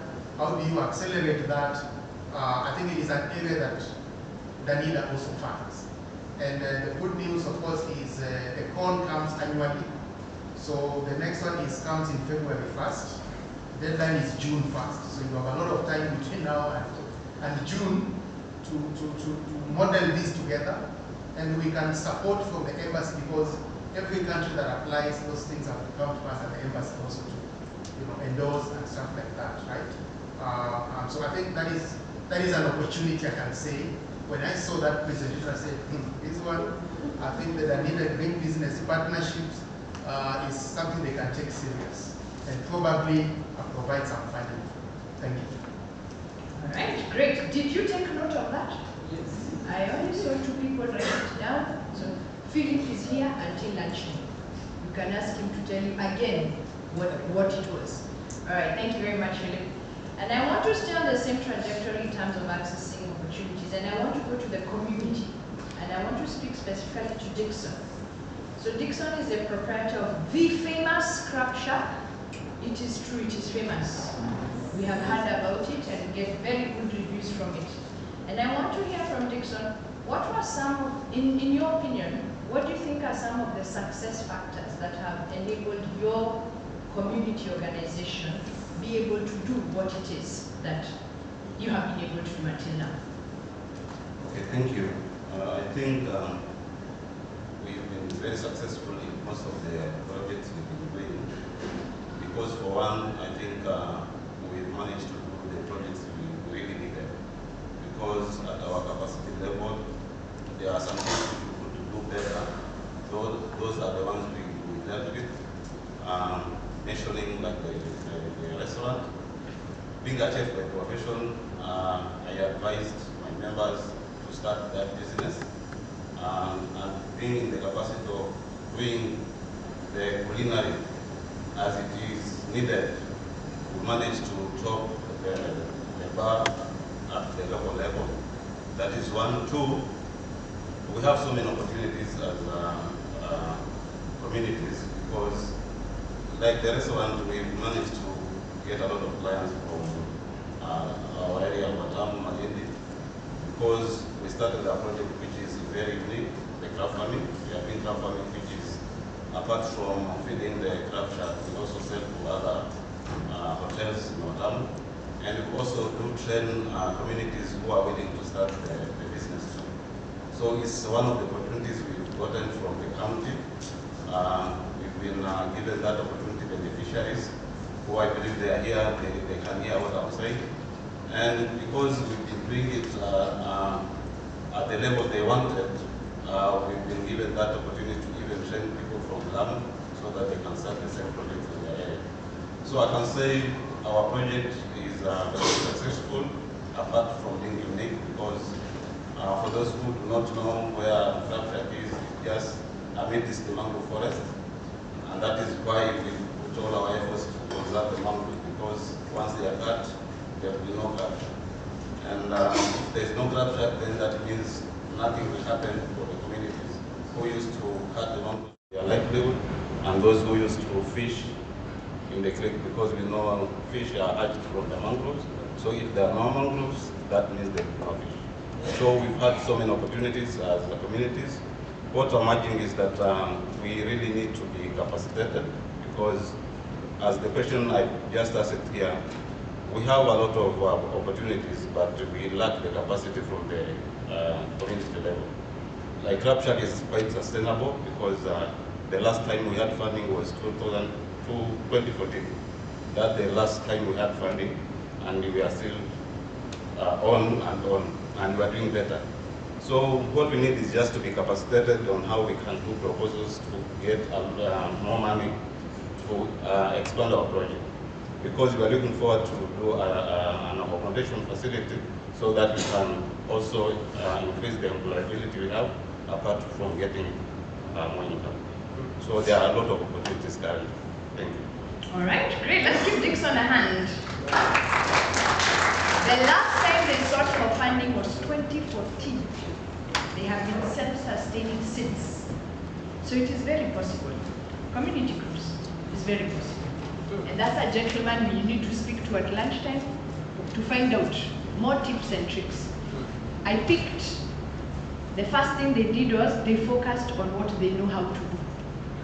I am a chef, I know how to cook, so that is what we are going to focus on. And I think that is that's a very important thing for us to think about in an entrepreneurial journey.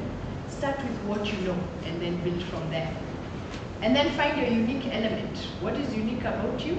And then harness that. So thank you very much. I want to stay in the community side and I want to come up to you, Queen Elizabeth. We have talked about collaboration and so far we seem to be speaking up here. Now I want us to speak at the grassroots level.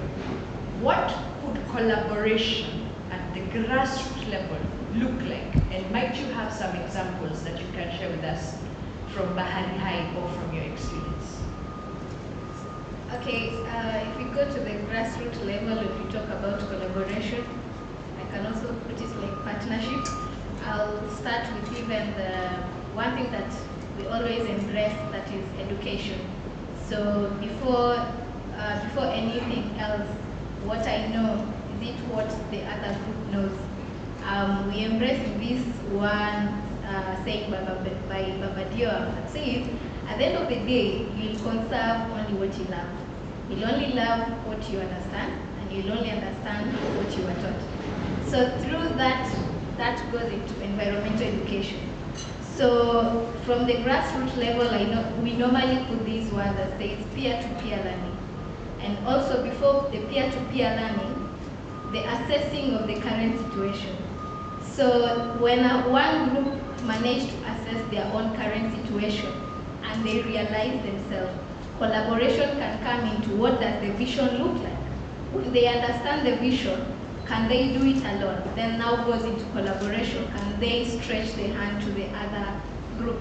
So that's where goes the peer-to-peer learning. Then after that, the mainstreaming of the vision. When the vision was just on one level, it has gone to another peer group. The vision keeps on increasing. So starting small, but then it keeps on growing and growing. So at some point, if there is no that vision, and even a group cannot even understand what they are aiming to, then it leads to like there is no plan. But when there is this one strategy like peer-to-peer learning, I believe in that, and I see that through sharing this knowledge, it gets to grow bigger and bigger and bigger, and the knowledge to us, it means critical thinking and creativity. So when that is instilled, I can also see from even the example that was shared in terms of corruption. It's knowledge that they had because they knew they have strength. So from the strength, creativity, innovation, critical thinking, what will work right now is the strength that we have, and what can we share and stretch the hand in, it takes to that bigger goal. Thank you.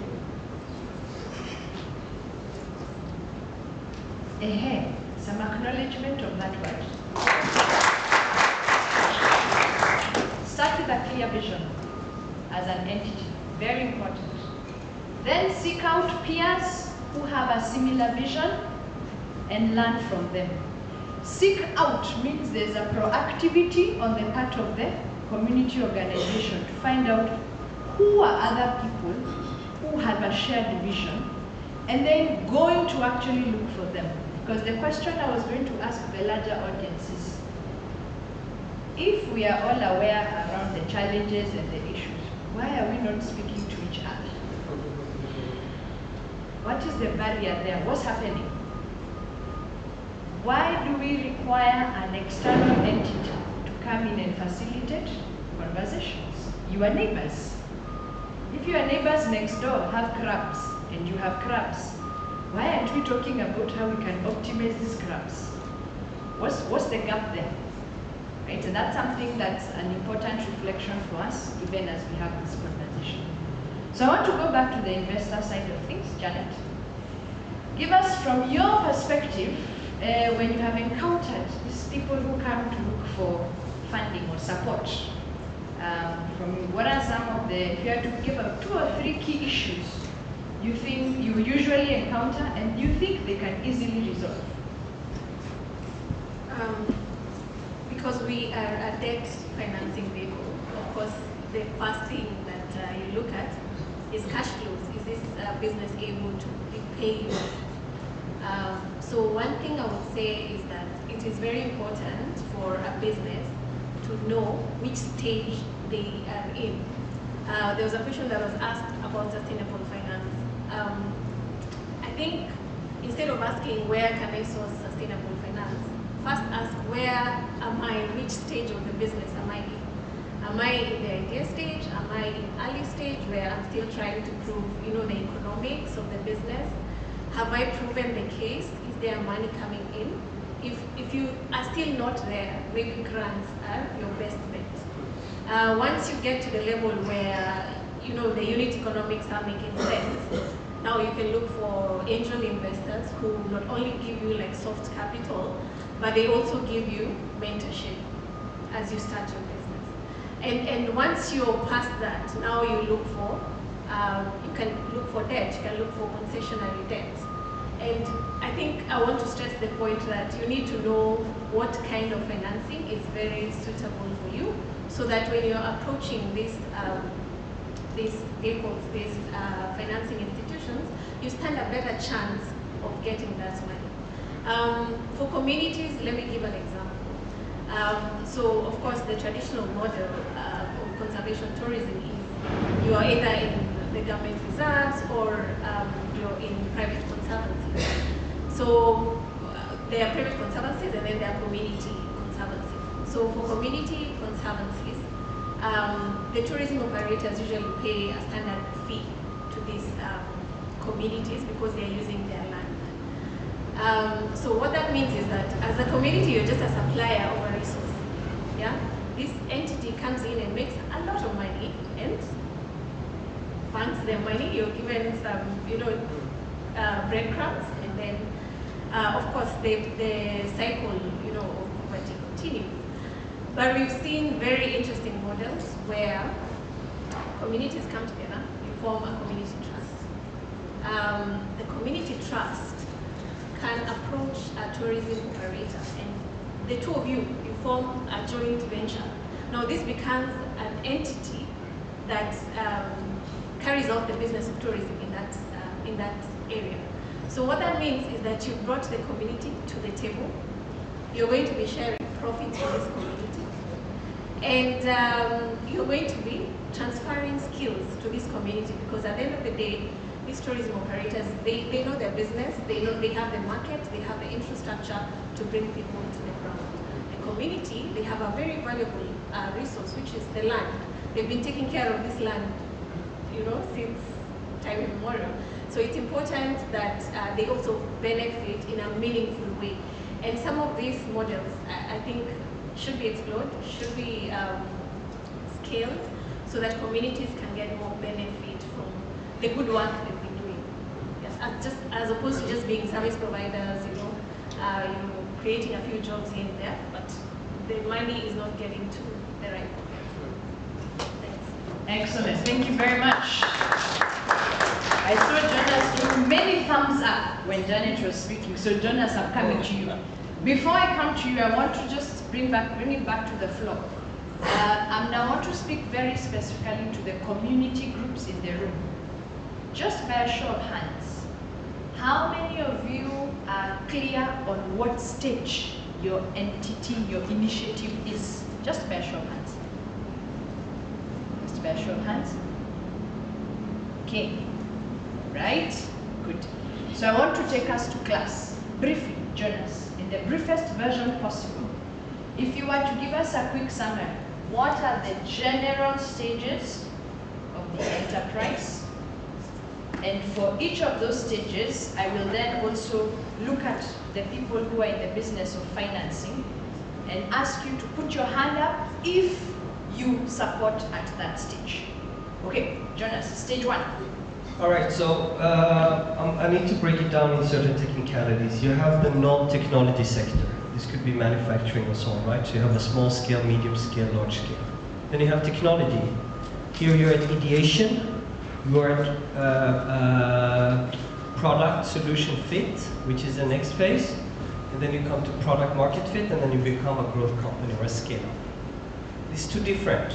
We can't mix them up, because one is technology enabled, you grow differently technologically, because you're not bound by the physical world. So they should not be coupled together. Make sense? And then you have the third category, which we are actually creating or working with, which is community-based businesses.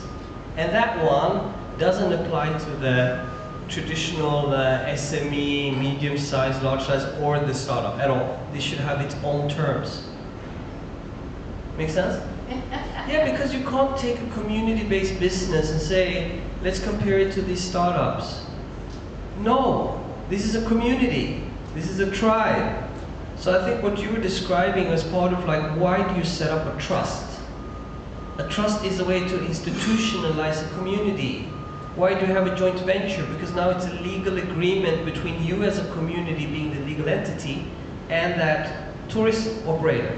Why do you do that? Because that now enables you to have split revenue streams. So when you make money, I make money. But if there is no institutionalization, if there is no, then nothing happens, right? So the difficulties here is literally defining what is the growth stages of a community-based business by utilizing startup language or SME language. It's not the same. This is its own category. Yeah. Very interesting, because then are we asking something of the financing sector? In what sense? Would we be asking them to rethink how they assess communities when they come? You can do it, but for anybody who's engaged with banks, making a big whale turn around takes a long time. Also, life is short. Right? I'm looking into solutions that can happen in the next year or 3 years. 5, 10-year, 20-year plans, let's leave it to China. In my viewpoint, it's easier to get the communities to adapt and speak a language that fits in to the banks, fits in investors such as you, or us, or Yunus. Much easier process. This we can do in a few weeks, you know? And if we already speak that language fluently, it's not that difficult. You get it? But if we want to convince the banks and tell them, hey guys, here's a model for how you should evaluate a community-based business. I mean, you see, right? You're laughing. It's impossible. Don't go that route. Don't go that route. All right, great. Thank you very much, Jonas, for that contribution. I want to go back to the community, because I feel like that is where the knowledge is sitting. What does your peer-to-peer learning look like? Okay, so I'll start with governance. And governance mostly will be leadership. And there goes the financial skills, even reporting skills, marketing skills, their own roles, do they understand them? So the peer-to-peer learning starts from the leadership skills that you have. And we are moving forward to solve the problems within the community around. So with one community group, it's not that you cheer up and say, yes, we saved Mida Creek. It entails a joint and working together. So through getting to know the vision of our organization will let us know that want to know what is the other group, because we already know there is another existing group. So sometimes it will be like, can they come? But then if transparency and honesty, like we are, like the reality is we want to save, let's say, Mida Creek, then that means even sharing that leadership skills. Then after the leadership skills, it's the vision, breaking it down. There is skills on working plans. There is skills on planning the impact. There is skills on planning the work. There is skills like project management, project planning, grant writing. It's through all these processes, and these skills are so important in terms of getting to that goal. And I think as per what even the slide that was shown by Jonas in terms of what is it that would help. I saw a lot of capacity building. But with capacity building, if it really touches the heart, and it really touches like with what we are seeing within our community, because we own it, and it's transparency inside, why not share that knowledge, share those skills that we have. But at some point, maybe they are stuck within one place, so the problem keeps on recurring. But then I stand with peer-to-peer means sharing all these skills that I've mentioned. All right, great, thank you. Thank you for that. I want to get some reactions from the floor. We have been speaking, Jonas, Philip, and Janet represent a part of the financing side that has some similar components. So, and I know we have other private sector entities in the room who do financing. So we've heard from Eunice, we've had a perspective from them around what they support. I'm looking for voices from the others. Yes, if I can get 2 or 3 reactions from the private sector, just to give us perspective on what do you support. Thank you. My name is Joshua Koche. I represent Business Partners International. So one aspect which is a proactive aspect that we normally do, we do both debt and equity financing. But what we look at more so is on the value addition side. So one thing I've picked which I would be willing to share with you is that we have a program called Technical Assistance Program. So here it's basically getting the investee company prepared for funding. Most of what we've realized is that most companies are not really prepared in terms of their financials, in terms of their business operations and planning, in terms of certifications and all. So what happens is that we have a technical assistance which comes through which we have a second chance program. So if we know that you're a good fit for funding, but in terms of the technical or the soft issues of your business, they're not there. So we take you through that second chance program. So once you've completed it successfully, then we invest in your company. So that is a proactive approach to the shortcomings that we see in the businesses. Great. Thank you. Let's give him a hand. I hope we have taken note of that. That's someone else to have lunch with. Eva? Good afternoon. My name is Eva Kimani and I work for MPF Trade Consultancy. I do business development and manage different projects in the coastal region. I just want to beg on what you're saying, Eunice. We're saying about language, but also about talking about language, but also for the communities, they might not understand the language, but have we also understood their language? So the other aspect of the whole aspect of community, and we're saying about business, but then do they understand that they're actually doing business? Because that's one of the key things as well. We are supporting as well WWF in the plastic ecosystem and turning around those businesses into entrepreneurship from a community perspective. The language from our side and the language from their side is completely disconnected. Even for the financing and making them understand even access to that financing, but even access to the partnership. So what is a community calling partnership or collaboration or access to financing? We've completely lost them. And then we are also saying about funding. Now, we're saying there's funding, but we are also saying that funding has also reduced. We are aware about that. But how are we preparing them to then become businesses? So one of the challenges, maybe the ones that you came to the 5 or 6 that you itemized, we still miss all the communication and the language and the branding and the marketing. How are we packaging that for this community to access the money? So that then we're not just the middlemen. Can I answer that? You want to answer that? No, she's on the money.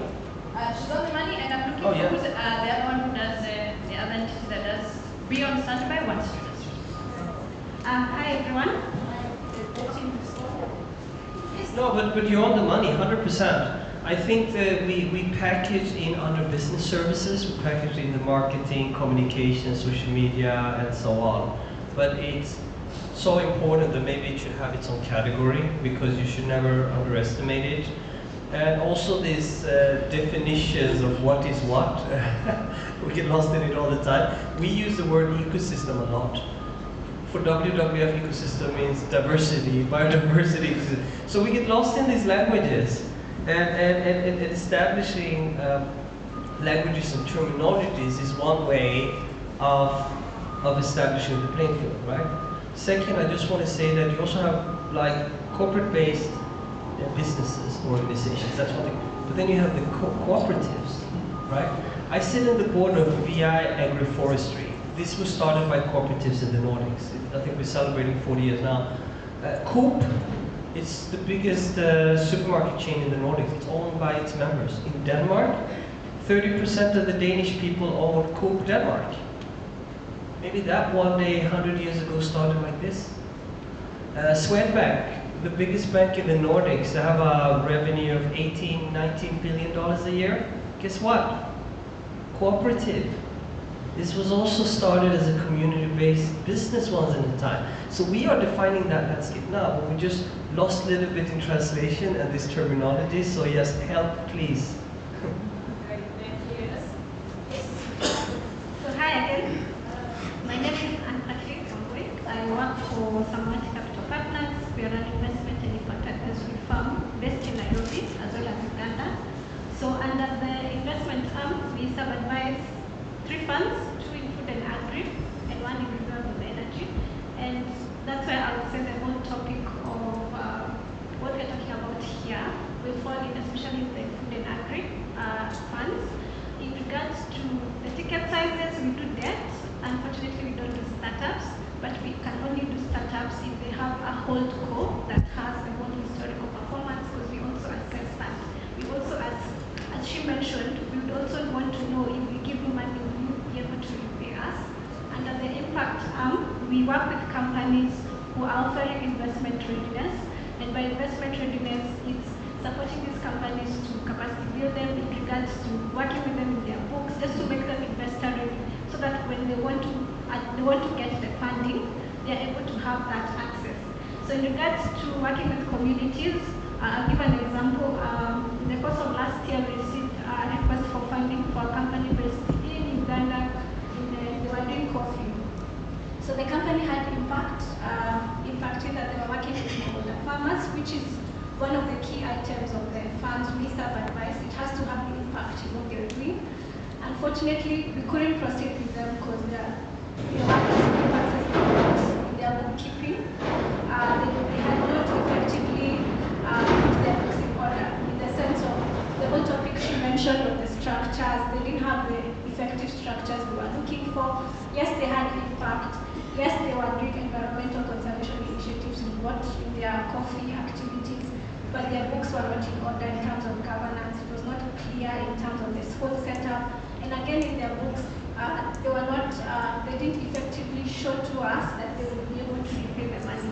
So I go back to the question to the CPOs, how are your books? Are they in order? Even when the investor comes, will you be able to effectively show to us, yes, we'll give you this money, and you will be able to repay to us?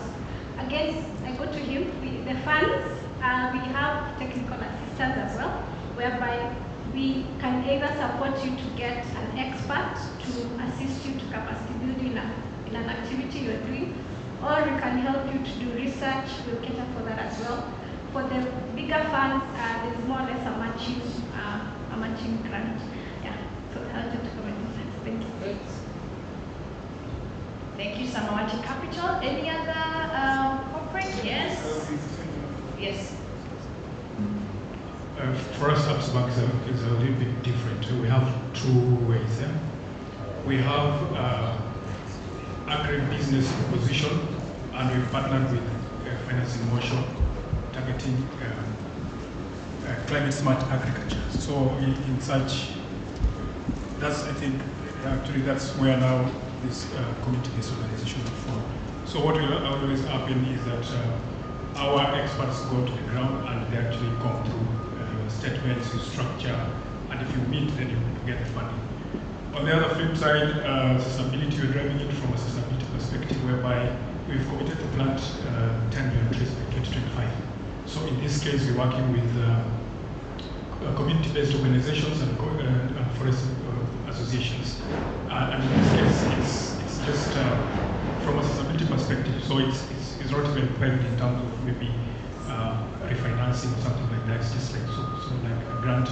And in that case, if those community-based organizations are able to prove that they're able to carry out planting of trees, of course, like we have the initiatives already that we're doing with the Creek and also majority in Kwale County.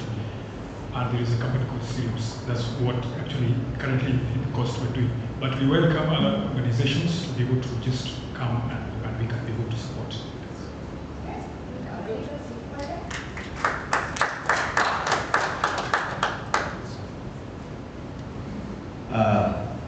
Good afternoon. My name is Geoffrey Mwania from Base Titanium. Base Titanium is a mining company situated in Kwale County. But despite mining, we do a lot of marine conservation, especially the issue to do with seedling funding on mangroves along Shimoni, Vanga seascape, and also partially within Likoni sub-county, Sunsa, and Indiani Congo Mosque, where we have conservation groups. Despite doing seedling funding, we also support other conservation groups, especially the ones who are doing seaweed projects within that range of seascape. And also, in the issue about seedling funding, we also do an audit to ensure that what we are funding on the ground has taken an effect. We also do a lot of training on the same to ensure that governors of those groups are really on the top of what they are doing. Thank you so much.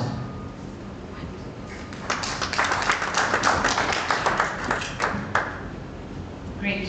Thank you very much for sharing with us. I think it was important to also know who are the people in the room we can speak to. They are operating at different levels.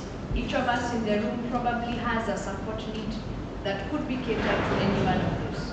I think it's also very important to understand not everybody needs to be the one to give you the financing.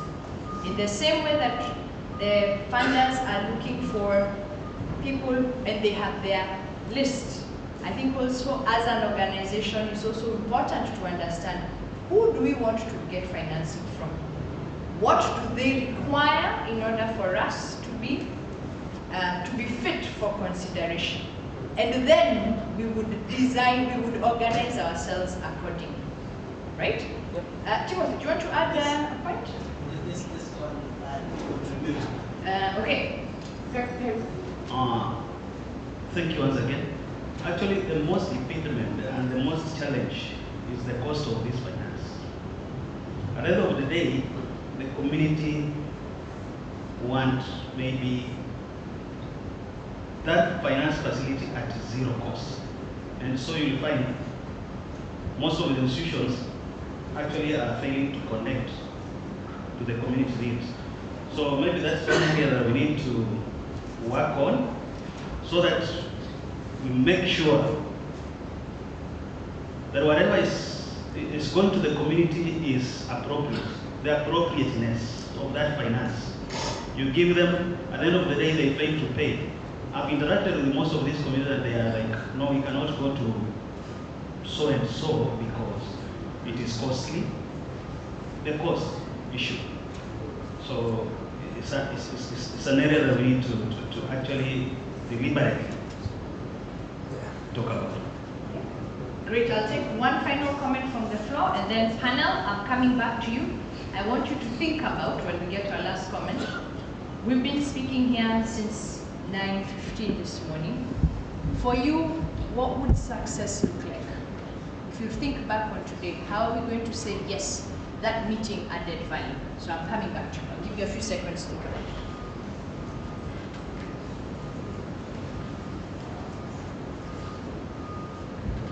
Good afternoon.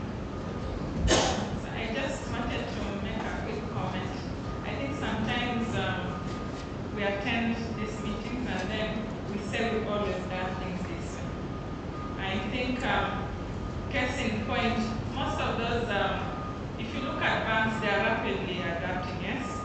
And you know, like M-Pesa came and disrupted everything. And banks were like, you would go there, to get a loan, you had to need financial CV. But then what has M-Pesa done? What has credit? People can access credit without any, yes? Why is Tala there? Why is there a Nash loan? Why is there a Zenka? So what I'm saying is you have to rethink your models. The idea that it has to be done a particular way is not right.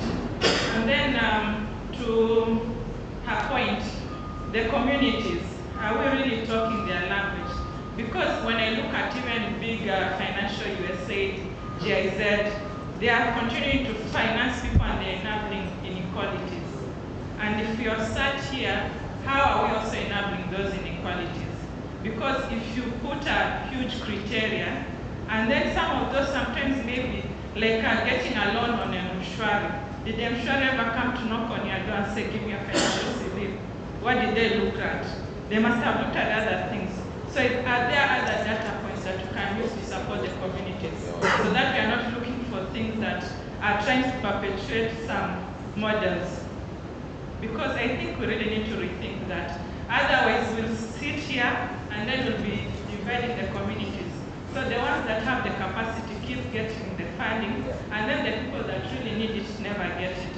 Because you have chairmans that are doing some things on the ground, right? You have farmers that are doing honey, or they are selling something. So what are you doing? What is your CSR? Is there a way for you to come up with a CSR model that supports those local communities? So that we don't sit here and say you need to have a financial CV. What does that even look like to the community? So let's stop enabling the inequalities. Great, a very powerful contribution there, a very powerful contribution.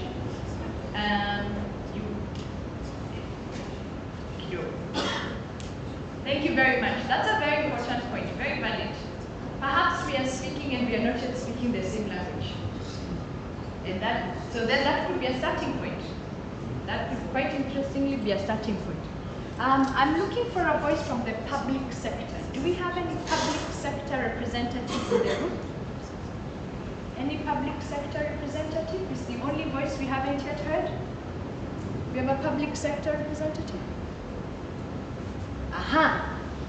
All right, we want to hear, just get a comment from you on the conversation happening today. Good afternoon, everyone. My name is Jimmy Kahindi, Director Environment, Kilifi County Government. So basically, mine is just to thank WWF because this platform is giving the groups an alternative. Most of them run to the government, and for us, funding at times it has so many challenges. I believe most of you understand. But WWF, through the NBS, this is an alternative. So I urge all groups to embrace this. Let us work the journey together in areas where you need capacity building, work together so that all these initiatives can be funded. And as a county, we'll also see where we can replicate and also support. But this is the platform. Best I can. Nice.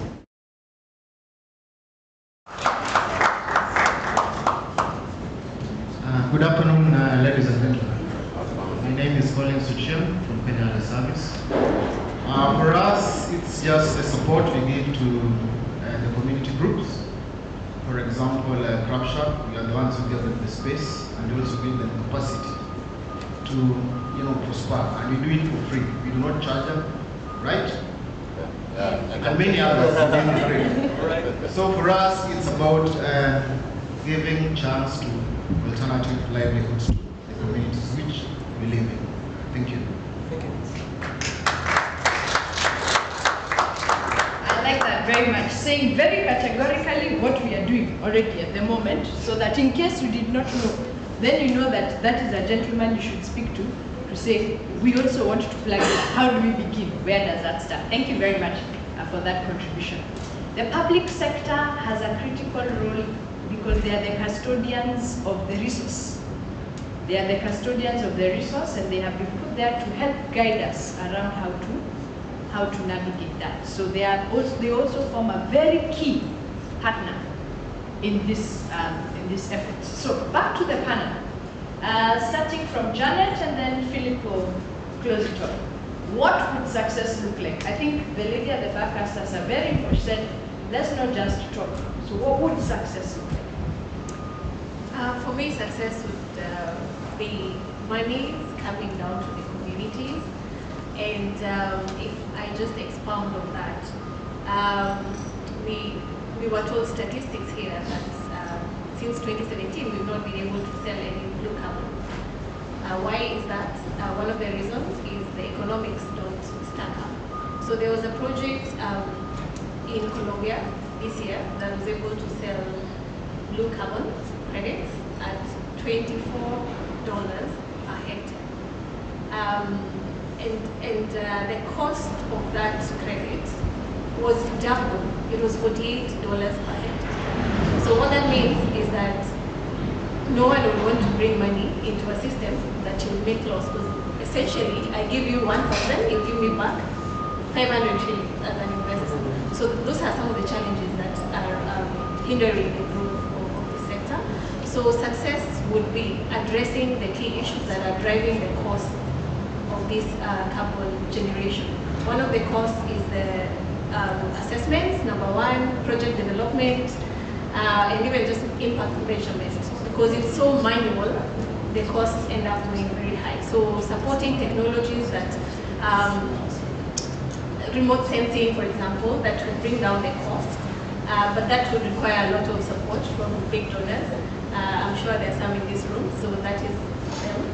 The other thing would be the price. How do you increase the price from 24 shillings per hectare to be more than the cost of producing that credit? We were told very interesting statistics by Francis that there are additional benefits from mangrove. If you're looking to buy credits, why should you buy mangrove at a higher price compared to any other carbon? Someone should be able to know that they also have additional benefits. It's just not a credit, it's just not a cost of credit. So just interventions on the market side that would be able to address these issues, I think would bring down the money to the communities. The other thing is, this is the last one, it's market access. I think when I see that honey, I'm reminded of some very expensive honey from Nepal forest. Do you know how much a kg costs? Any guess? Anyone? Wild guesses? Wild guesses? Yeah. Maybe, yeah? $30 a kilo. $30? Anyone else? $800 a kilo. Yeah? And this is honey that sells very fast. It's pre-ordered. And this is because it has other advantages other than just the honey. And they've been able to position that honey in the market such that people can pay for $800 per kg. I heard of a price of 600 shillings per kg. So if mangrove honey has more benefits, how are we supporting these enterprises so that when they go to the market, they're able to fetch a good price? If there are additional benefits of having that mangrove honey, why can't, for example, people like Java, where people drink dawa every day, why can't they be told of the benefits of such honey and the link for the sustainability, impact? I think there is a lot of room for support in terms of just supporting strategies that can help these nature-based solution enterprises to get the market. Because we can't be speaking of donor funding throughout. We should be able to buy these products in the market. We should be able to, that money should trickle down to the community.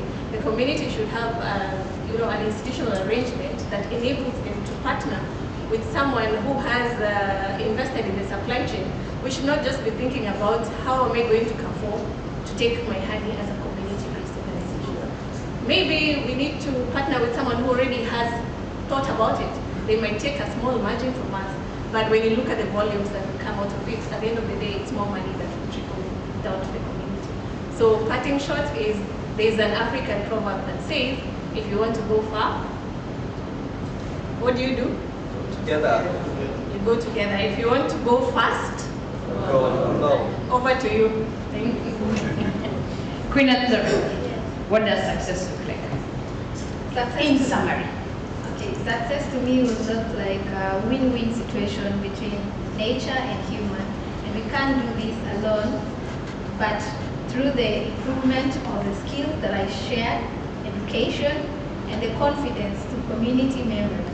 And also, as one thing that we'd like to share, like from here, is also a win-win situation between we as community members, and even we've really talked so much, it has really raised question about finance. So win-win situation between the finance agents and we as community members.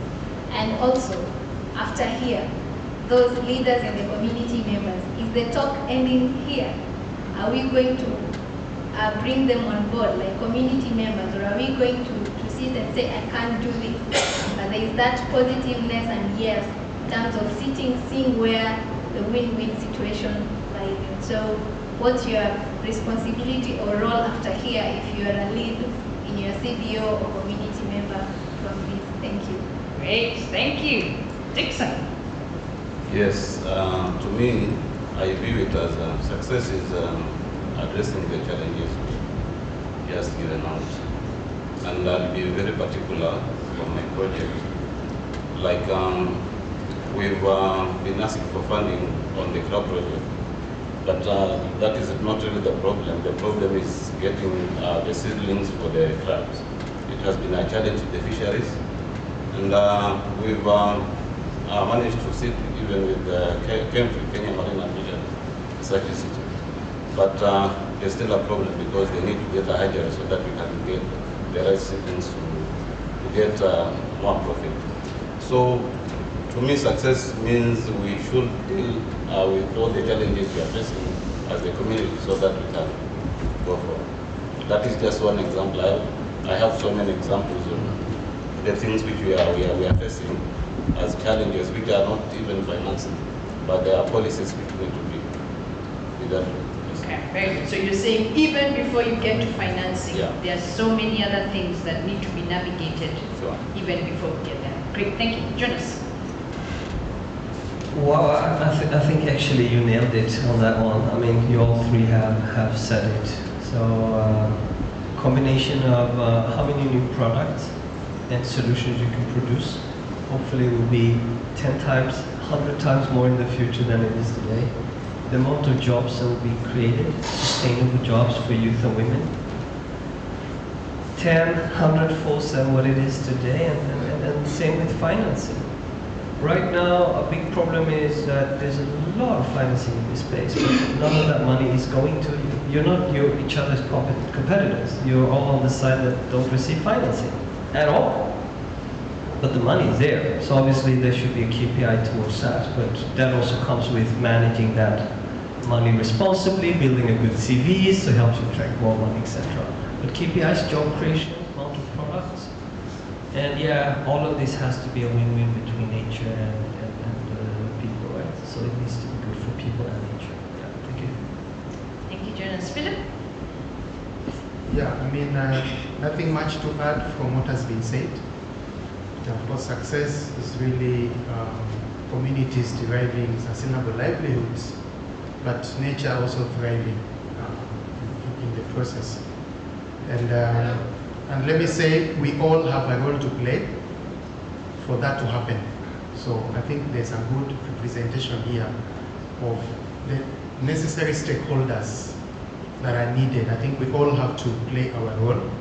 Speaking from development partner side of things, I recognize we still need catalytic grants.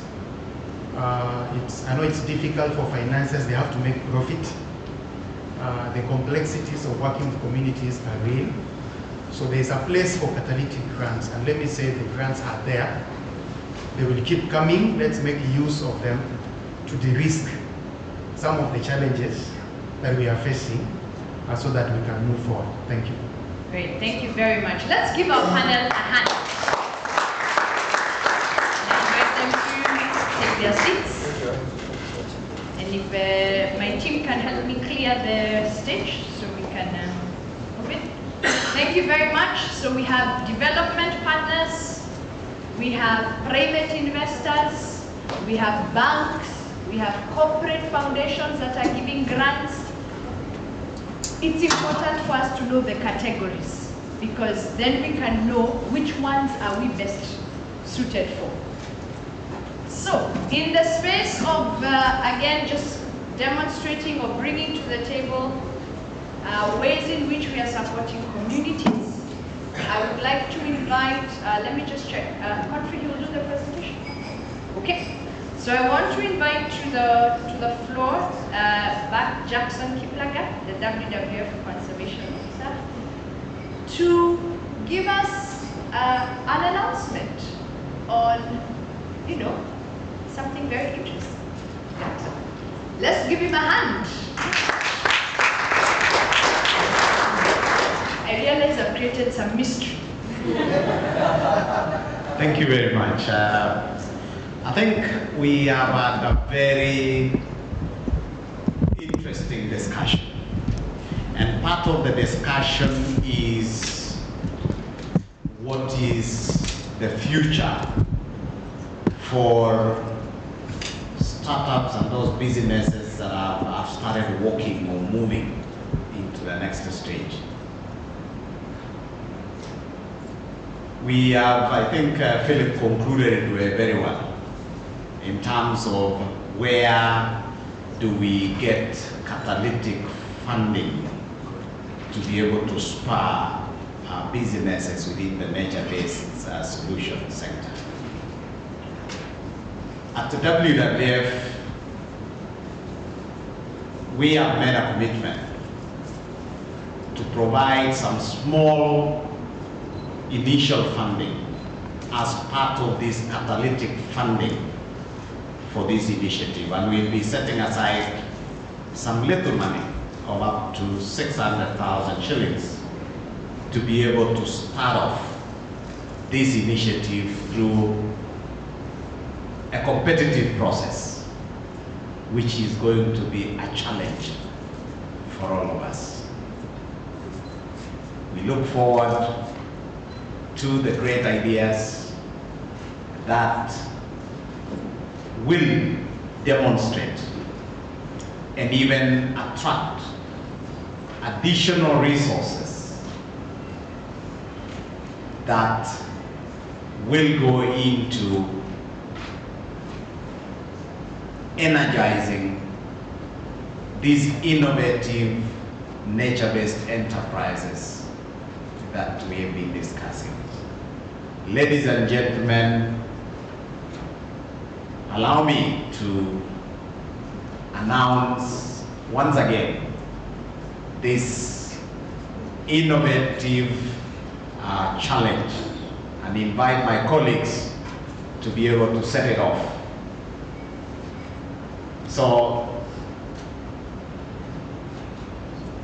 what you will be reading here is an innovation challenge called the Greenhouse Innovation Challenge that we've designed specifically to support the development and growth of conservation enterprises, startups, SMEs, and community-based organizations. You remember the community-based enterprises that are represented here today.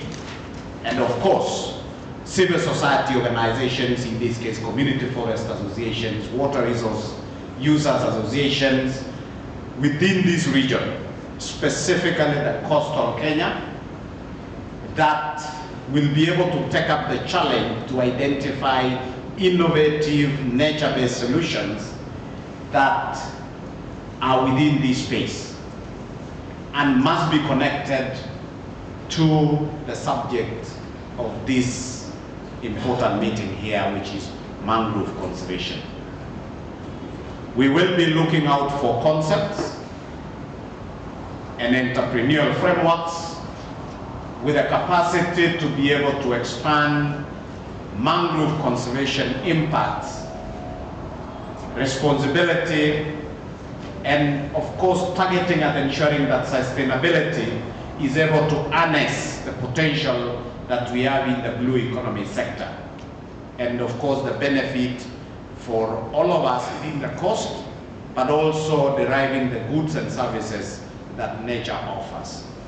Ladies and gentlemen, this meeting closes with this very important opportunity for us to even attract more resources into our businesses. Thank you very much.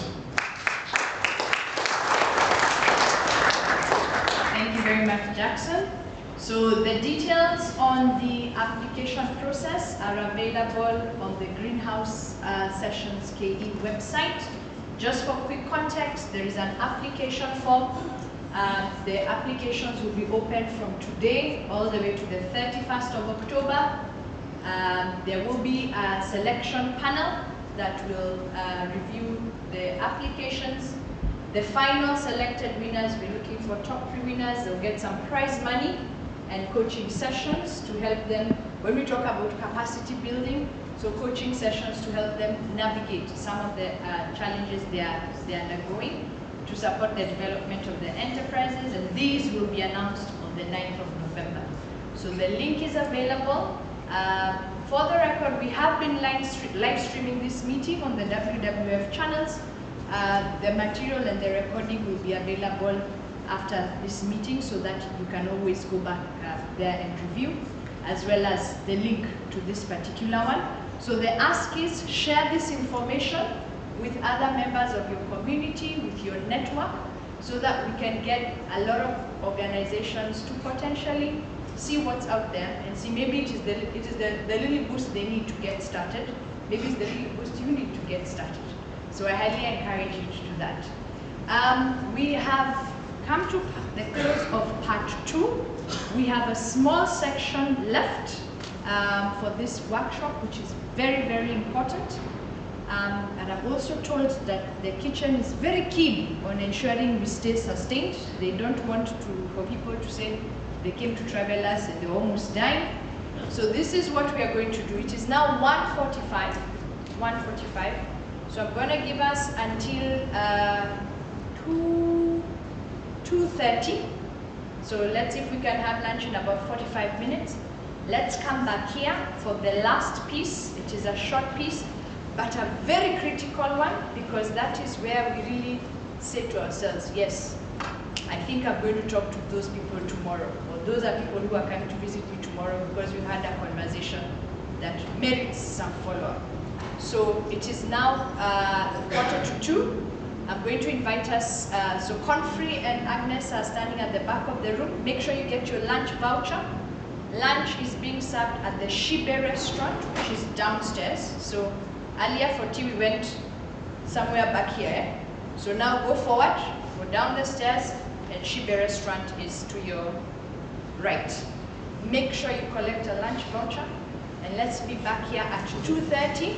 Because we want to honor the time. We started a bit 15 minutes behind waiting for some people. So between 3 and 3:15 we want to close. Is that okay with everybody? Enjoy your lunch. Remember earlier I said have lunch with this person, have lunch with this person. Find these people. Make the lunch a very productive one. And we'll see you at 2:30.